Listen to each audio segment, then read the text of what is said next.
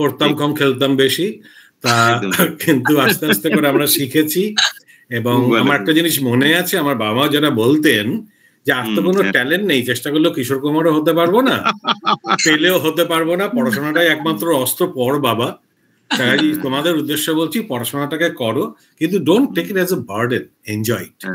এবং আমি একটা কথাই আপনাকে বলবো যে আপনি তো আজকে ভার্চুয়াল মোডে বলছেন, একবার আমাদের কলেজে আসুন, মানে আমরা খুব ইন্সপায়ার্ড হবো, মানে স্টুডেন্টদের জন্য, আমরা নিজেরা ফ্যাকাল্টিরা, আমি প্রিন্সিপাল এসে বলছি, মানে আমাদের একবার আপনি তো আসুন, আপনি যেভাবে আসবেন বলবেন, আমরা আপনাকে মানে কর্ডিয়াল ওয়েলকাম, একবারে আসুন অন্তত কলেজে, এইটুকুই আমার বলার আর কি।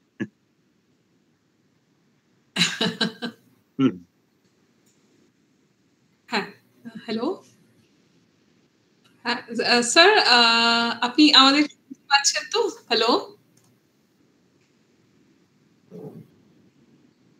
হ্যাঁ স্যার, আমাকে শোনা যাচ্ছে? হ্যালো, হ্যাঁ এখন তো আবার যাচ্ছে। হ্যাঁ হ্যাঁ, আমি একটা জিনিস একটু করে নিই, আমার মনে হচ্ছে আমি কানেকশন হারিয়ে গেছিল, এবার শোনা যাচ্ছে? হ্যাঁ হ্যাঁ হ্যাঁ স্যার, আপনাকে হ্যাঁ হ্যাঁ, আমার প্রিন্সিপাল স্যার কিছু বলছিলেন। হ্যাঁ হ্যাঁ হ্যাঁ, প্রিন্সিপাল স্যার, আমি বললাম স্যার, আচ্ছা আমি বলিনি যে আমি সময় নষ্ট করতে চাই না, শুধু আমার একটা রিকোয়েস্ট, মানে আমাদের দুর্গাপুর গভর্নমেন্ট কলেজ ফ্যামিলির তরফ থেকে আপনি একবার আমাদের ইনস্টিটিউশনে একবার আসুন, ফিজিক্যাল মোডে আর কি। হ্যাঁ, আমাদের স্টুডেন্টরা উপকৃত হবে, আমরাও খানিকটা ইন্টারাকশন করার সুযোগ পাবো।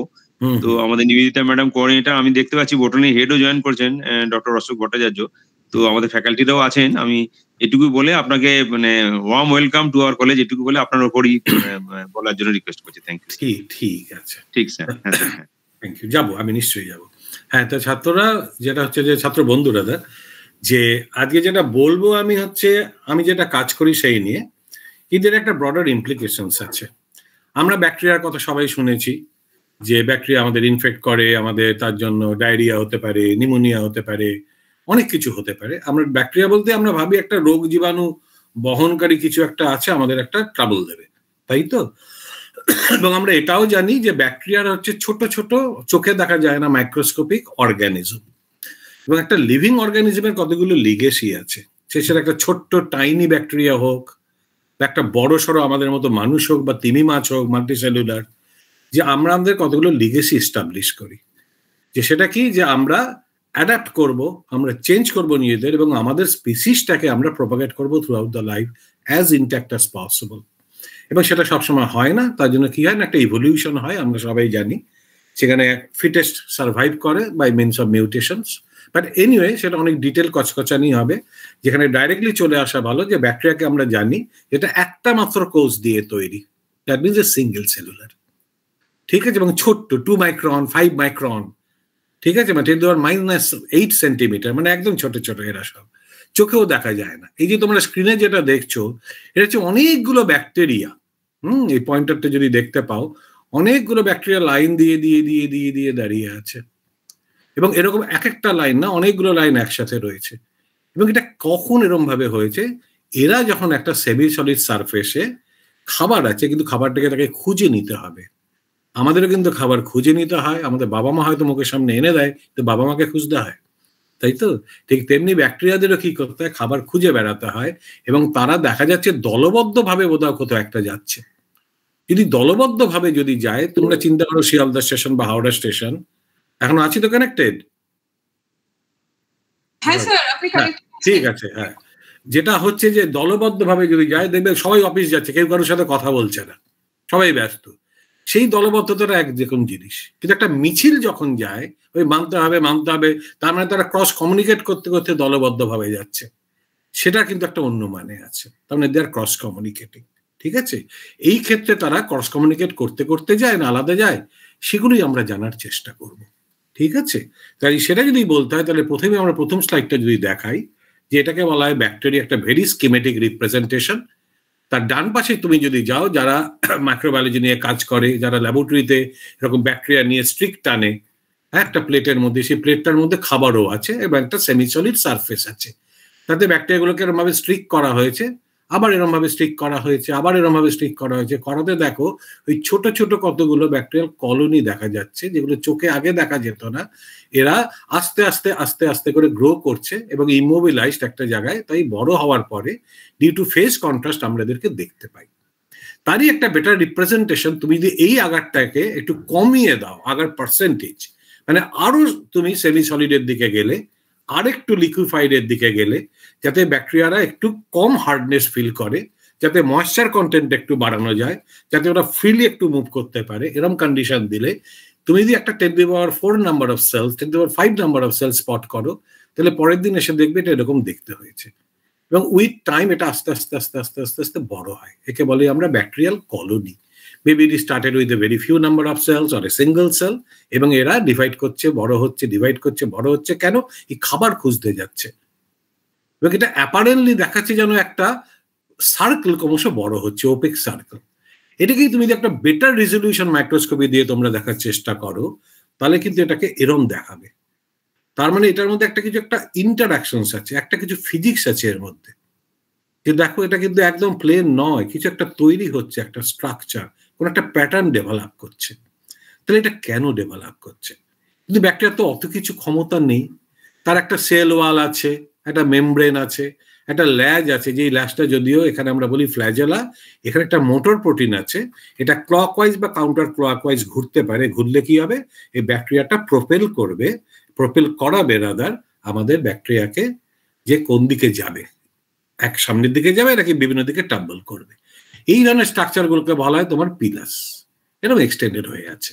একটা চিন্তা করো, একটা ক্যাপসুল যদি চিন্তা করো, আমরা যেটা খাই সেটাকে যদি একটা সারফেসের মধ্যে মুভ করতে হয়, হয় তোমাকে টোকা মারতে হবে বা হাতে করে নিয়ে যেতে হবে, বা ওটা ক্রমশ নিজেকে স্কুইজ করতে করতে যেভাবে দেখবে কেন্ন যায়, যদি তার অনেকগুলো পা আছে, বা যেভাবে কেঁচো যায়, ওই স্কুইজ করতে করতে করতে করতে গেল, তাকে বলা হয় গ্লাইডিং বা টুইচিং। কিন্তু এই সমস্ত অর্গানিজমগুলো থাকার জন্য কি মানে আল্ট্রা স্ট্রাকচার, এরা কিন্তু তাকে কাজে লাগিয়ে যেতে পারে। ঠিক আছে, একটা ইন্ডিভিজুয়াল ব্যাকটেরিয়া যেতে পারে, এরা কালেকটিভলি যেতে পারে। সেটা কিভাবে যাবে না যাবে সেটা পরের ব্যাপার। কিন্তু এইটা দেখেই একটা প্রশ্ন মনে আসে, এই যে নিচের যে একটা হাই রেজলিউশন যে কলোনি দেখাচ্ছি, যে ব্যাকটেরিয়া কি সত্যি ইউনিসেলুলার? এবং প্রোক্যারিওটিক মানে এর কোনো নিউক্লিয়াস আলাদা করে নেই, এর কোনো সাব অর্গানেল নেই যেখান থেকে এরা আরো ফার্দার কোঅর্ডিনেটেড ফাংশন করতে পারে। Is very primitive. কিন্তু প্রিমিটিভ মানে কিন্তু ভাবার কথা নয় যে এরা বুদ্ধি নেই, এদের কিন্তু একটা কালেকটিভ বুদ্ধি আছে। সেটাই আজকে আমরা আলোচনা করে দেখব। ঠিক আছে, কাজে এই প্রশ্নটা একটা আসে মানুষের মধ্যে, যে এটা কি সিঙ্গেল সেলুলার ব্যাকটেরিয়া, নাকি এরা collectively they can behave as the multicellular organism. তার কারণ তুমি চাইলেই তো আমার হাত থেকে আমার স্কিন সেলটাকে, আমার হার্টটাকে, সেলকে আলাদা করতে পারো না। We are all embedded together, we are really multi cellular. কিন্তু ব্যাকটেরিয়াগুলো একসাথে থাকলেও তুমি তাদের আলাদা করে বের করে নিতে পারো। কাজে they are not in multicellular in the right sense, but they can behave in a multicellular way, যেখানে তারা ক্রস কমিউনিকেট করবে, ডিভিশন অফ লেবার করে নেবে নিজেদের মধ্যে। সেইগুলো আছে কিনা মানুষের মধ্যে একটা প্রশ্ন ছিল। সেই প্রশ্নটার প্রথম যেটা আসলো, এক ভদ্রলোক সেটাকে প্রপোজ করেছিলেন। তার নাম আমি আগে সেটাকে একটা আগে স্লাইডে, একটু পরের স্লাইডটা আগে চলে আসি। এনার নাম হচ্ছে জন সাপিরো। উনি একবার কলকাতা ভিজিটও করেছিলেন। এটা অনেকটা ইয়াঙ্গার এজের ছবি, এখন অনেকটাই বয়স্ক। উনি প্রথম প্রপোজ করেছিলেন যে ব্যাকটেরিয়ারা বিহেভ করে অ্যাজ মাল্টিসেলুলার অর্গানিজম, এবং একটা বিউটিফুল আর্টিকেল উনি পাবলিশ করেছিলেন সায়েন্টিফিক আমেরিকানে, ভেরি লুসিড রাইটিং, তোমরা পারলে পড়ো। ঠিক আছে, এই যে আমার দেওয়া যায় এখানে রেফারেন্সটা। উনি বলেছেন এই যে একটা ব্যাকটেরিয়াল কলোনি, যেটা একটু আগে তোমাদের দেখালাম, এটা একটা অদ্ভুত একটা তার প্যাটার্ন আছে ফুলের মতো। এটা কি এমনি এমনি তৈরি হচ্ছে? এটা কি তাদের মধ্যে কোনো ক্রস কমিউনিকেশন আছে, ডিভিশন অফ লেবার আছে? জানি না, এই মুহূর্তে জানি না এই টকে। আরেকটা ব্যাকটেরিয়া ধরো যেটা বলছে মিক্সোকক্কাস জ্যান্থাস, এরা না পরপর হরিজন্টালি স্ট্যাকড হতে পারে, একটার পর একটার পর একটার পর একটা। যেই ডাইভার্স কন্ডিশন হবে, ওরা সেখানে সবাই স্পোরুলেট, মানে একটা অদ্ভুত কন্ডিশনে চলে গিয়ে ওরা রিটেইন করে, রেস্ট নেয়, এবং ওইখানে তারা ছোট ছোট ব্যাকটেরিয়াগুলোকে এনগাল্প করে নিজেদের মতন করে খাবার তৈরি করে নিতে পারে। মানে তারা যখন একসাথে হচ্ছে তখনই অ্যাডভান্টেজটা তারা পাচ্ছে। এখানেও কি যারা যখন একসাথে হচ্ছে ব্যাসিলাস সাবটিলিস, তারা কি তখন যেতে পারছে ভালোভাবে টু হান্স দ্য ফুড? এইখানে তুমি যদি চলে আসো সি নাম্বার অ্যানিবিনা, যে তোমার রয়েছে, যাকে আমরা বলি সায়ানোব্যাকটেরিয়া, ভেরি প্রিমিটিভ। এরা দেখো কতগুলো হাড়ের মতন ডট ডট ডট ডট করে লেগে আছে, কিন্তু সব সল একরকম নয়। এটা দেখো একটু বড়, এটা একটু মাঝারি। এরা এদের মধ্যে ডিভিশন অফ লেবার করে নিয়েছে। এরা নাইট্রোজেন ফিক্স করতে পারে, এরা কার্বন ডাইঅক্সাইড ফিক্স করতে পারে। যদি এখন একটা কন্ট্রোভার্সিয়াল জায়গায় এসছে, বলছে এই ধরনের বড় সেলটা দুটোই করতে পারে। ঠিক আছে, তবুও এরা যদি দুটোই করতে পারে, নাইট্রোজেন ফিক্সিং এবং কার্বন ডাইঅক্সাইড ফিক্সিং, এরা যদি শুধু কার্বন ডাইঅক্সাইড ফিক্সিং করে তাহলে ডিভিশন অফ লেবার, তাহলে তারা তাদের মধ্যে ভাগ করে নিয়ে, যেমন আমাদের আছে না হার্টের সেলগুলো হার্টের কাজ করবে, লিভারের সেলগুলো লিভারের কাজ করবে, তেমনি ভাবে ডিভিশন অফ লেবার করে নিয়েছে। This are all indicates there may be or might be some multicellularity or behaviour wise in bacterial world or community. কেন তারা করবে, কেন সেটা, তার অ্যাডভান্টেজটা কি? প্রথমত ক্রাইটেরিয়া হচ্ছে মাল্টিসেলুলারিটির হচ্ছে যে cell must stick to each other, একসাথে থাকবে। একজন এখানে একজন দিল্লিতে, তারা ফোনে আজকাল অনেক কিছু হতে পারে, কিন্তু ব্যাকটেরিয়া তার ফোন ইউজ করবে না, তাই তাদের একটা টুগেদারনেসের দরকার আছে। ওকে, এবং তারা must be able to communicate. আমাদের সিস্টেমে তুমি দেখো, আমাদের থাইরয়েড গ্ল্যান্ড থেকে যেটা সিক্রিট হচ্ছে সেটা এক জায়গায় গিয়ে খোঁচা মারছে, ট্রিগার করছে আরেকটা টু ডু দ্যাট, ঠিক আছে। আমার হার্ট থেকে ব্লাড যাচ্ছে আরেকটা জায়গায় কমিউনিকেট করছে, খাবার দিচ্ছে। এই ধরনের কমিউনিকেশন গুলো মাল্টিসেলুলার বিহেভিয়ারের জন্য ভীষণভাবে দরকার, এবং সেটা আসে পর ডিপেন্ডেন্সি, ঠিক আছে। এবং যখনই ডিপেন্ডেন্সি আসছে তখনই একজনের মধ্যে একরকম কাজ তারা বন্টন করে নেয়, যাকে বলে ডিফারেন্সিয়েশন ইন ভেরি লেমান্স ল্যাঙ্গুয়েজ, ঠিক আছে। এবং তার অ্যাডভান্টেজ গুলোকে ডেফিনেটলি অ্যাডভান্টেজ আছে। তারা কি করতে পারে তখন, একসাথে দলবদ্ধ থাকলে তারা can be generate some resistance to any physical or chemical stresses. তারা মানে অ্যাকুইজিশন অফ রিসোর্স তারা বেটার হয়। এটা অ্যাপারেন্টলি মনে হতে পারে যে রিসোর্স যখন আছে আমি একা গিয়ে বেশি খেয়ে নেব, তা কিন্তু হয় না। কেন, রিসোর্সটা কিন্তু তোমার হাতের সামনে তুলে দিলেই তুমি একা খেতে পারো বন্ধু, কিন্তু তুমি যখন রোজগার করতে বেরোবে না তখন একা একা হয় না। That will realise in your life. তখন একটা কোঅপারেটিভ, একটা কোঅর্ডিনেটেড সিস্টেমের দরকার হয়। এই যখনই তার একটা মাল্টি সেলুলার একসাথে একটা বিহেভ করবে, it make them easy to get this resources, ঠিক আছে। শুধু তাই না, আরেকটা চ্যালেঞ্জ আমাদের আছে, আমরা টের পাই না। আমাদের এসে কেউ খেয়ে নেয় না ঠিকই, কিন্তু ইকোনমিক্যালি আমাদের খেয়ে নেয়। একটা ডেভেলপ কান্ট্রি অনেক সময় আন্ডার ডেভেলপ কান্ট্রিকে ইকোনমিক্যালি খেয়ে নেয়, নন পলিটিক্যালি স্পিকিং। তেমনি এরকম সমস্ত সিস্টেমে আমাদের প্রিডেশন আছে, যেখান থেকে প্রোটেক্ট করতে হয়। কাজে কালেকটিভলি প্রিডেট করার সুবিধা, শিকার করা, এবং কালেকটিভলি শিকারীর হাত থেকে বাঁচাটাও সুবিধা। শুধু তাই না, এরা এইভাবে কলোনাইজ যদি করতে পারে, এক জায়গা থেকে আরেক জায়গায় গেল, এক জায়গা থেকে আরেক জায়গায় গেল, করে তাদের টেরিটরিটাকে এক্সপ্যান্ড করতে পারে। এক্স্যাক্টলি মানুষ কিন্তু তাই করে অ্যাজ এ মাল্টিসেলুলার অর্গানিজম, ঠিক আছে। অন্যান্য অ্যানিমেলও তাই করে। তাই ব্যাকটেরিয়া যদি সত্যিই বিহেভটা করতে পারে, তাহলে এই সমস্ত ক্যারেক্টারিস্টিক কি ব্যাকটেরিয়ারও আছে? যদি থাকে, they are collectively intelligent. If they are collectively intelligent, we can use their intelligence for our beneficial purposes. We can target their intelligence to combat the infection. যেখানে ওরা collectively আমাদেরকে ইনফেক্ট করছে, প্রবলেম করছে, toxin generate করছে, এবং আমাদের ultimately হয়তো মেরেও ফেলতে পারে, ঠিক আছে। কাজে এই সব কিছু মিলে কি করে, is increase the chance of survival in an intermicrobial and microbial host conflict, বা একটা মেলিউতে বা একটা সিস্টেমে, ঠিক আছে। এই সেটা করে কি, সেটাই এখন জানার চেষ্টা করা যায়। তার আগে আমি ভেবেছিলাম ফিজিসিস্টটা কেউ থাকবে, কাজে ওনার কথা আমি বলবো একটু, কিন্তু ফিজিক্সের ছাত্ররা নাও থাকলেও একটু বলা যাক। এই ভদ্রলোকের নাম হচ্ছে ইসেল বেন জেকব। কেন ওনার কথা বলছি, কেন কিভাবে এই মাল্টিসেলুলার কোয়েশ্চেনটা যেটা রেজ করেছিল বাই জন শাপিরো, সেটা কিভাবে আস্তে আস্তে আস্তে আস্তে আস্তে আস্তে করে এক্সপ্লোর্ড হলো, যে সত্যি কি তাই, কি সত্যি কি তাই না। তার জন্য আমি একটা কেটে নিয়ে এলাম একটা স্লাইস অফ ইনফরমেশন, ডকুমেন্টেশন, যেটা তোমাদের খুব ইন্টারেস্টিং মনে হবে। এই ভদ্রলোক হচ্ছে ইসেল বেন জেকব। ওনার কর্মস্থল ছিল Tel Aviv, Israel. He is basically a physicist, rather astrophysicist, এবং এটা ওনার আর্ট গ্যালারি। এই আর্ট গ্যালারির একটা বিশেষত্ব দেখো, মাঝখানে একটা গোল্লা ছোট্ট সব কটা, যদি আমার অ্যারোটা দেখতে পাও, তারপর অদ্ভুত অদ্ভুত সব ব্রাঞ্চিং হয়েছে। তোমরা জানি না গেস করতে পারছো কিনা এটা কি, বলেই দিই তোমাদের এটা কি। এগুলো সব কিন্তু ব্যাকটেরিয়া। একটা পেটি প্লেটে এখানে স্পট করা হয়েছে, এখানে স্পট করা হয়েছে, একই ব্যাকটেরিয়া। এখানে স্পট করা হয়েছে, এখানে স্পট করা হয়েছে, কিন্তু ওই যে আগারের যে একটা প্লেট দেওয়া হচ্ছে না, সেমি সলিড একটা সারফেস, তার হার্ডনেস, তার নিউট্রিয়েন্ট কন্টেন্ট, কোন কন্ডিশনে রেখেছি, তার টেম্পারেচার কত, ময়েশ্চার কন্টেন্ট কত, এগুলো ভ্যারি করিয়ে করিয়ে এই ব্যাকটেরিয়া যে খাবার খুঁজতে বেরোচ্ছে তার প্যাটার্নটা চেঞ্জ করে দেওয়া যাচ্ছে। এই কালারগুলো ইম্পোস্ট কালার, এগুলো একটা কালার ব্যাকটেরিয়া নয়, ফর ইউর ইনফরমেশন। এগুলো কালার করা হয়েছে তো মেখে দেয় আর্ট গ্যালারি। অ্যান্ড এখানে আর্টিস্ট হচ্ছে ইসেল বেন জেকব নয়, আইডিয়া হচ্ছে ইসেল বেন জেকবের। আর্টিস্ট হচ্ছে ব্যাকটেরিয়ারা নিজেরা নিজেদের মতন করে তারা বেছে নিচ্ছে কি পথে যাবে টু হান্স দ্য ফুড। তাদের কিন্তু বয়ে গেছে, আমাদের চোখের এটা দৃষ্টিনন্দন হবে কি হবে না। They have to do this way of pattern formation and grow and move in order to hunt the food by combating the resistance, by combating the challenges thrown in front of them. Unfortunately উনি আর নেই, এবং উনি একটা bacteria নিয়ে দেখেছিলেন, সেটা আরো elaborately তোমাদের বলি, যার নাম হচ্ছে পেনি ব্যাসিলাস ভর্টেক্স।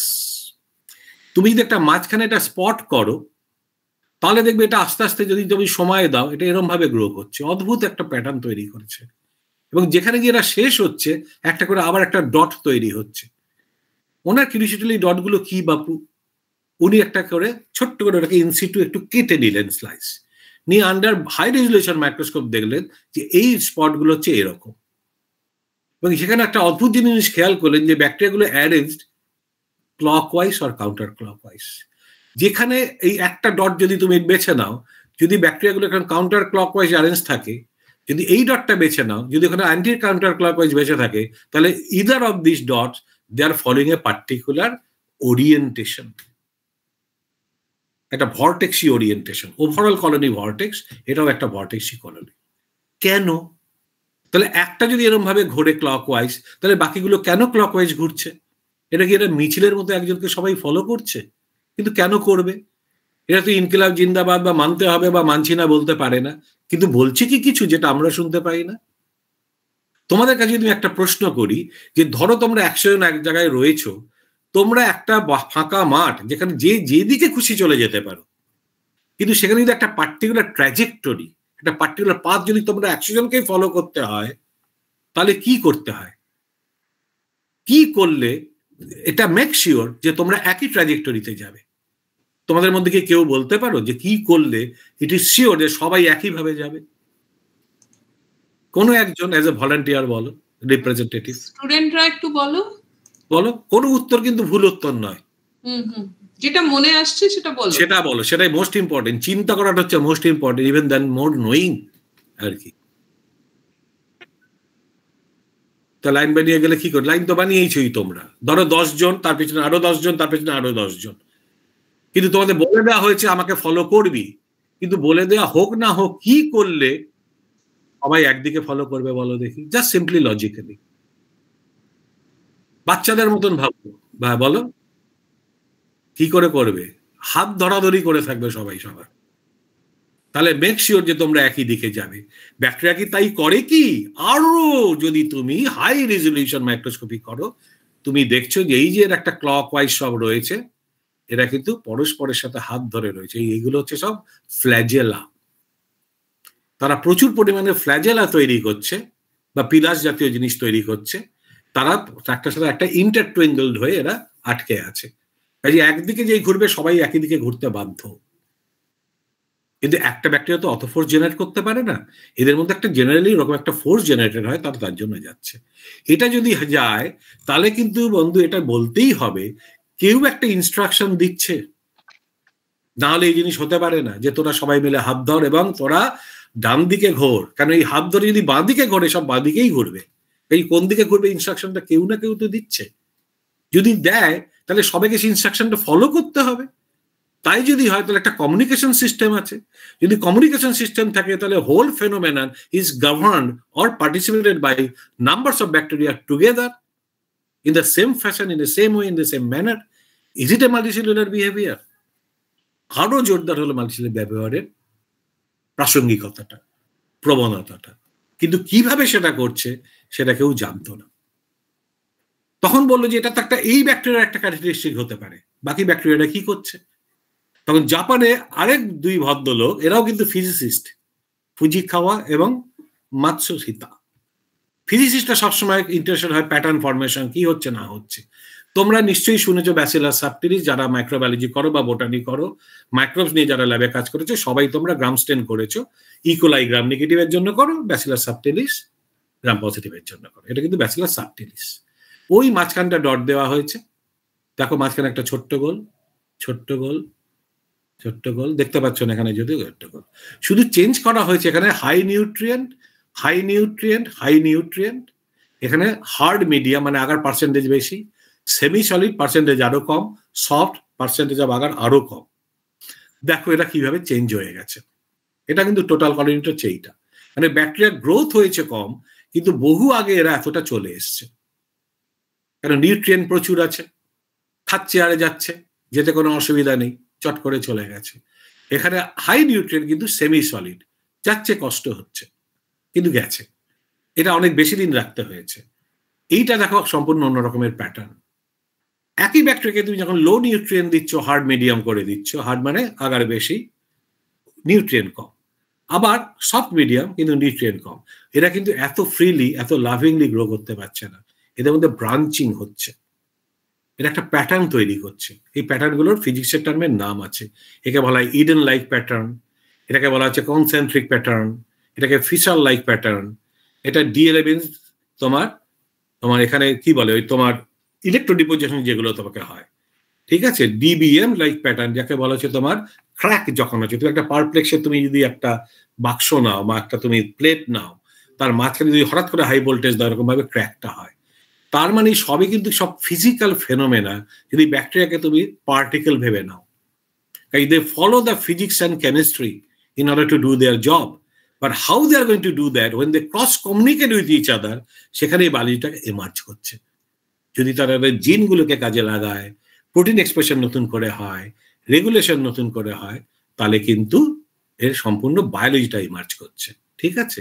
কাজে এখান থেকে আরো প্রুভেন হচ্ছে যে they must have a communication system, but how and who is doing it, nothing was known. আচ্ছা, আমি আছি তো এখনো কানেক্টেড? হ্যাঁ স্যার, আপনি আছেন। ঠিক আছে, কাজে এইটা ছিল কোয়েশ্চেন। এখন এটা কিভাবে জানা গেল সেটা একটা আবার অন্য গল্প বলি। তাহলে তাই যদি হয়, তাহলে আস্তে আস্তে আমরা বিশ্বাস করতে শুরু করলাম, আমরা মানে সায়েন্টিফিক কমিউনিটি, যে একটা সোশ্যাল ব্যবহার বা বিহেভিয়ার থাকে, একটা গ্রুপ বিহেভিয়ার থাকে ব্যাকটেরিয়া। সেটা তো বড় বড় অ্যানিমেলের ক্ষেত্রে থাকে, হাতিদের ক্ষেত্রে আছে, মানে ইয়েরা। একটা কোয়েশ্চেন আছে। নিশ্চয়ই নিশ্চয়ই নিশ্চয়ই স্নেহা, তুমি একটু আনমিউট করে একটু স্যারকে কোয়েশ্চেন করো। বলো। হ্যাঁ, হ্যালো স্যার, আমার কথা কি শুনতে পাওয়া যাচ্ছে? হ্যাঁ, শুনতে পাচ্ছি, বলো। হ্যাঁ স্যার, বলছে আমার কোয়েশ্চেনটা হচ্ছে, কোনো একটা সেম মিডিয়ামের ক্ষেত্রে, মানে হার্ড মিডিয়াম বা সফট মিডিয়ামের ক্ষেত্রে হাই নিউট্রিয়েন্ট সফট নিউট্রিয়েন্ট এটা হাই নিউট্রিয়েন্ট লো নিউট্রিয়েন্ট এটা কিভাবে ভ্যারি করছে? হ্যাঁ, আমি বলছি তোমাকে কি করে করছে। তুমি কি কোনোদিন আগার প্লেট জমিয়েছো? জমাওনি, ঠিক আছে, না কোনো ব্যাপার না। তুমি ধরো একটা নিলে, জল নিলে, তাতে আমাদের কি হয়, যে কোনো লিভিং সিস্টেমের তো খাবার লাগে, কার্বন সোর্স লাগে, নাইট্রোজেন সোর্স লাগে, বিভিন্ন রকমের তোমার আয়ন লাগে, am I right? আমরাও তো সেগুলো খাই, ঠিক আছে। কাজে তুমি একটা জল নিয়ে তার মধ্যে সল্ট দিলে, তুমি কি করছো, বিভিন্ন রকমের খাবার দিলে, ঠিক আছে, সেইভাবে তুমি কতটা কি খাবার দিয়ে তুমি তাহলে নিউট্রিয়েন্টটাকে তুমি অ্যাডজাস্ট করতে পারো, কম খাবার দিলে বেশি খাবার দিলে, ঠিক আছে। কাজে আমরা কি দিই, গ্লুকোজ দিই, ছোট ছোট পেপটাইড দিই, অমুক দিই, সেগুলোকে তুমি ভ্যারি করাচ্ছ। আরেকটা হচ্ছে আগার, যেটা এক ধরনের পলিমার, এটা সিউইড থেকে আইসোলেট করা হয়, এবং সেইটাকে তুমি যদি গরম করো, it become soluble to the water, আবার তুমি যদি এটাকে ঠান্ডা করো, এটা আবার সলিডিফাইড হয়ে যায়, একটা জেল তৈরি হবে। এবং তোমরা যদি বাড়িতে পুডিং তৈরি করে থাকো কোনোদিন, যদি পুডিং এর পাউডারটা বেশি দাও, তাহলে পুডিংটা শক্ত হবে। পুডিং এর পাউডারটা যদি কম দাও, ওটা খুব হালকাটে হবে, বুঝতে পারছো। ধরো সুজি বানালে, সুজির পরিমাণ কম, জলের পরিমাণ বেশি, ওটা অনেকটা লিকুইডই হবে, খিচুড়ি টাইপ, লিকুইডি খিচুড়ি। সলিড খিচুড়ি বা সলিড সুজি করতে গেলে তোমাকে জলের পরিমাণ কম দিতে হবে, মানে রিলেটিভ টু জল তোমার সুজির পরিমাণ বেশি পড়ছে।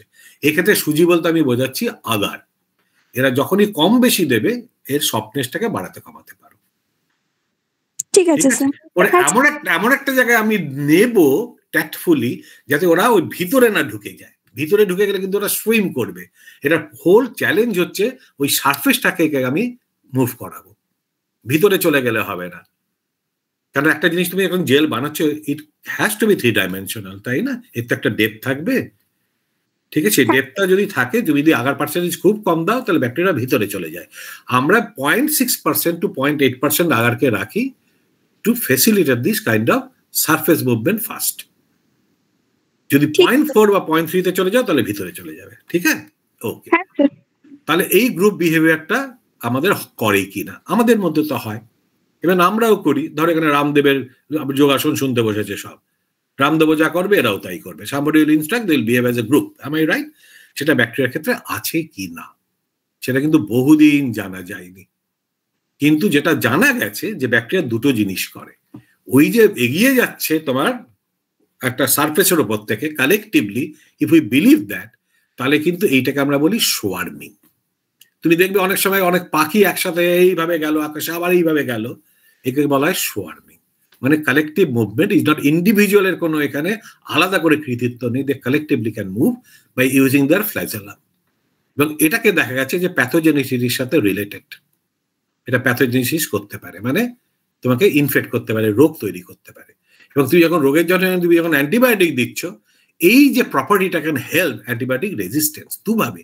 অ্যান্টিবায়োটিক থেকে দূরে চলে গেল, সোয়ার্ম করে পালিয়ে গেল। আর 2 নম্বর হচ্ছে যখন এটা সোয়ার্ম করে, আমি যদি এইখানে আবার ফেরত আসি আমার ছাত্র বন্ধুরা, এইখানকার তুমি যদি ব্যাকটেরিয়া নিয়ে দেখো আর সারফেসের ব্যাকটেরিয়া নিয়ে দেখো, যারা রিয়েলি ফন্টে রয়েছে একদম সামনের দিকে, তাদের কিন্তু নেচারটা আলাদা, তারা অনেকটা লম্বা লম্বা হয়, তাদের জিন এক্সপ্রেশন আলাদা হয়, তাদের ডিভিশন অফ লেবার হয়েছে। ঠিক আছে, এই সোয়ার্মিং এর এটা কিন্তু একটু আলাদা হয়, এটা আমি তোমাদের বলে রাখলাম। আচ্ছা, এবং কি বলছে না, এই জন্য এরা অ্যান্টিবায়োটিকে কমব্যাট করতে পারে, শুধু পালিয়ে বাঁচে তাই না, ইয়েও করতে পারে, একে প্রোটেক্টও করতে পারে। তার মানে এরা ঢাল নিয়ে দৌড়চ্ছে, দৌড়ে যেমন পালাচ্ছে, ঢালটা দিয়ে যেই তলোয়ার বা তীর আছে ঢালটা দিয়ে সেটাকেও আটকাচ্ছে। দুটো প্রপার্টি এরা গেইন করতে পারে by making this kind of swarming motility. Sir আর একটা কোয়েশ্চেন আছে। নিশ্চয়ই নিশ্চয়ই, একটু আনমিউট করে স্যারকে একটু জিজ্ঞাসা করো, তুমি রেজ হ্যান্ড করেছো। হ্যাঁ, সৌমিলি শুনতে পাচ্ছো আমাদের? হ্যালো হ্যালো, সৌমিলি শুনতে পাচ্ছো? আমার মনে হয় আবার নেটের কানেকশন। ঠিক আছে, ও আবার যখন আসবে করবে। সৌমিলি জয়েন করলে তাহলে নিশ্চয়ই নিশ্চয়ই নিশ্চয়ই। তাহলে এইটা নিয়ে আমরা আলোচনা করলাম। আরেকটা জিনিস আমরা আলোচনা করবো আর একটু পরে, সেটা হচ্ছে যখনই ধর একটা তুমি সারফেস দিয়েছো, এখানে যেমন তার ওপরে হাওয়া বাতাস, এর ওপরে ওঠার কোনো সম্ভাবনা নেই, কোনো মই নেই, কিন্তু যখনই এই সারফেসটার ওপরে বা নিচে বা সাইডে জল থাকবে, মানে অ্যাকোয়াস কন্ডিশন বা কোনো সলভেন্ট থাকবে, তখন এটা একটা মৌচাকের মতো হাব তৈরি করার চেষ্টা করে, যার নাম হচ্ছে বায়োফিল্ম। এখানেও কিন্তু প্রচুর ব্যাকটেরিয়ারা একসাথে আসে, এবং এগুলো কিন্তু পরবর্তীকালে জানা গেছে যারা ক্রস কমিউনিকেট করে, এরা এদের মধ্যে ডিভিশন অফ লেবার থাকে, দে বিহেভ দ্য মাল্টিসেলুলার ব্যবহার, এবং তার জন্য এদেরও অ্যাডভান্টেজ আছে। যেটা কি করে না, অ্যান্টিবায়োটিক রেজিস্ট্যান্স পায়। এবং শুধু তাই না, উন্ডস এবং ইমপ্ল্যান্টসের ক্ষেত্রে এটা ভীষণভাবে রেলেভেন্ট। যদি কোনোভাবে উন্ড থেকে যায়, যদি হিল না হয়, সেখানে ব্যাকটেরিয়াল কলোনি হয়ে গ্যাংগ্রিন হয়ে যেতে পারে। কাজে এই সমস্ত জিনিসের জন্য কিন্তু এই ব্যাকটেরিয়া সম্পর্কে জানা দরকার, ব্যাকটেরিয়ার এই মাল্টিসেলুলার ব্যবহার সম্পর্কে জানা দরকার। যদি কোনো ম্যাথমেটিশিয়ান এসে বলে, ধুর মশাই আমি শুকবো না এগুলো, আমি এমনভাবে থাকবো আমার ইনফেকশন হবে না, আমি এমন জল খাবো আমার কিছু হবে না, আমার জানার কোনো প্রয়োজন নেই ব্যাকটেরিয়া সম্পর্কে, তাদের জন্য আমার উত্তর হচ্ছে এই যে, এইটা ধরো তুমি যদি ভাবো যে আমি একজন মানুষ, একজন অ্যাডাল্ট হিউম্যান বিং, আমার মধ্যে টোটাল 10⁻13 নাম্বার অফ সেলস আছে। ইমাজিন করো কত সেল দিয়ে আমরা তৈরি। তাই উই রুল দ্য ওয়ার্ল্ড, এটা কিন্তু মানুষ ভেবেছে, ভাবার জন্য আজকে পৃথিবীর এই অবস্থা। কিন্তু এটা একটা ছবি, এটা জাস্ট নিছকই ছবি নয়, এই ছবিটা ড্রন বাই ব্রায়ান ক্রিস্টি।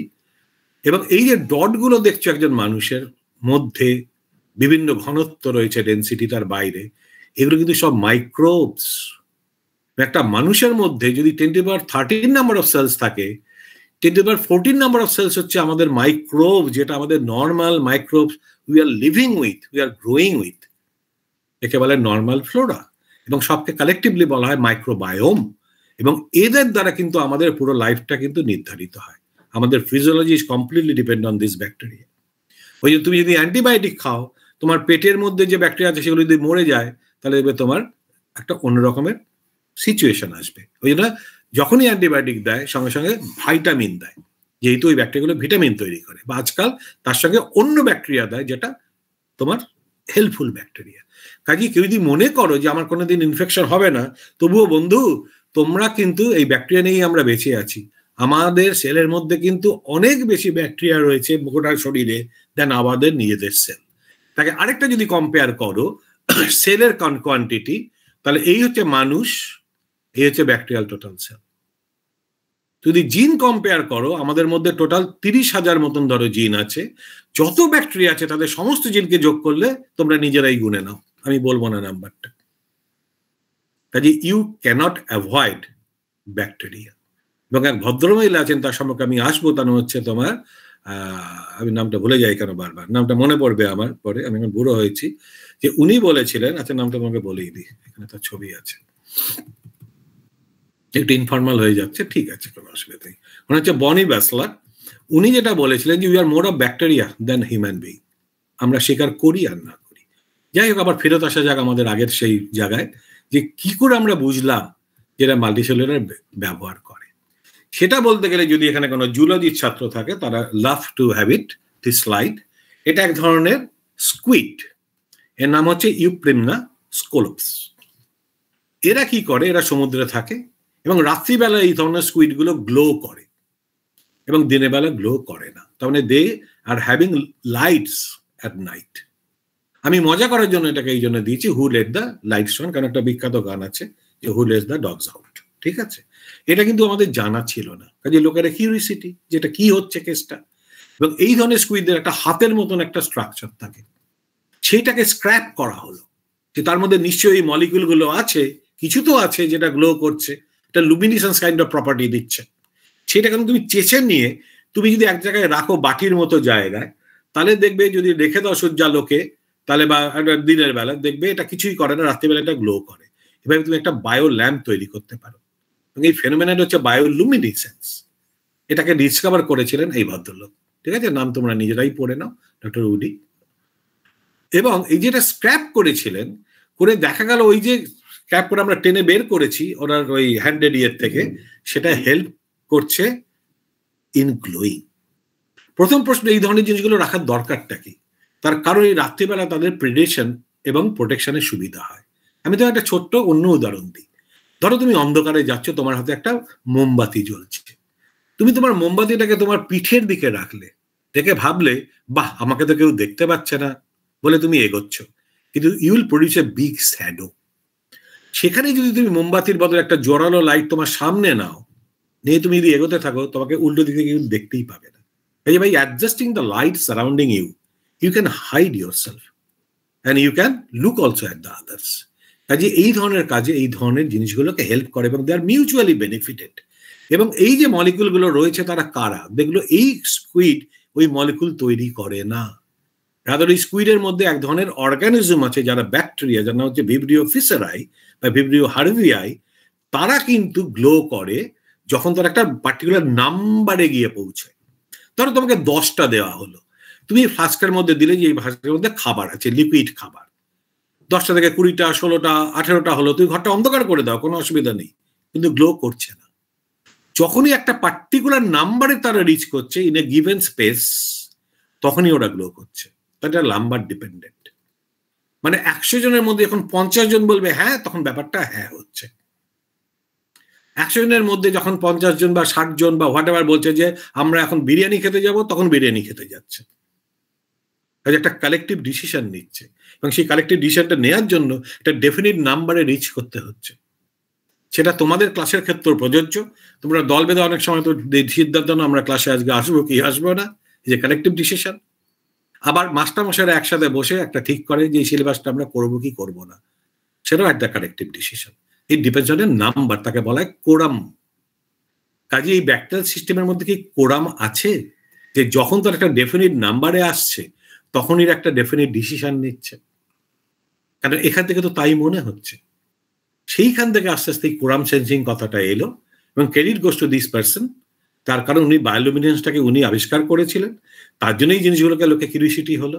মাইক্রোবায়োলজিস্টরা এগিয়ে এলো, তারা দেখলো এগুলো হচ্ছে ব্যাকটেরিয়া, তারা দেখলো আরে বাবা এ তো একটা ডেফিনিট নাম্বারে না আসলে হবে না, তখনই এরা গ্লো করছে। কিন্তু কে গ্লো করছে, কেন গ্লো করছে, কিছু তখনও জানা ছিল না। But is a collective decision look alike, সেটা কিন্তু মনে মনে লোকেরা বুঝতে পারলো। তাহলে কালেকটিভ ডিসিশনটা নিচ্ছে কি করে, ওই নাম্বার অ্যাকচুয়ালি ইম্পর্টেন্ট দেয়া। তাহলে কি এর মধ্যে একটা কোনো কোরাম জেনারেটেড হয়? আস্তে আস্তে দেখা গেল যে হ্যাঁ, এই স্টিভেন উইনান্স বলে এক ভদ্রলোক, তিনি বললেন যে there can be a kind of sensing system যেটা ডিসেন্ট্রালাইজড। যেটারে মানে তোমাদের সঙ্গে তোমাদের প্রিন্সিপাল স্যার রয়েছেন, উনি বললেন আজকে স্কুল কলেজ বন্ধ থাকবে না।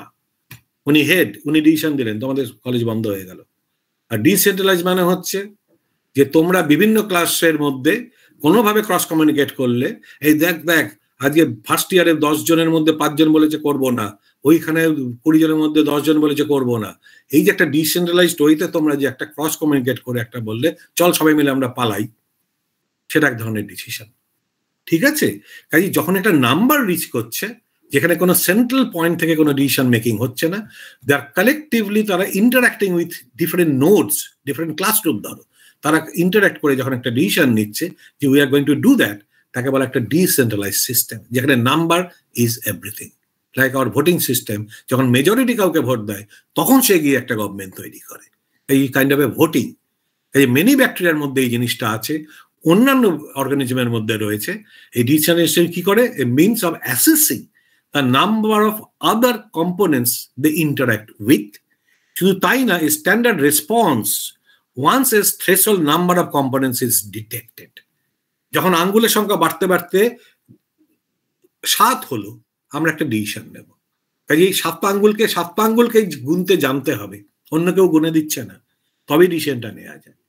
কাজে এইটা যখন আবিষ্কার হলো যে একটা ডিসেন্ট্রালাইজ সিস্টেম আছে which is based on the quorum to have a collective decision to move or not to move. আমরা ডান দিকে ঘুরবো না বাঁ দিকে ঘুরবো, আমরা খাবারটা খেতে যাবো না পিছন দিকে চলে যাব, আমরা আদৌ করবো কি করবো না, এই ডিসিশনটা নেওয়ার জন্য নাম্বার ইজ ইম্পর্টেন্ট। কিন্তু নাম্বারটা গুনছে কে? আমরা না ছোটবেলায় যেমন বলতাম যে 1 2 3 4 করে, ওই আব্বুলিশ বলে কি বলে সব বলতে ছোটবেলায়, মানে একজন একজনকে গুনছে। এখানে গুনবে কি করে?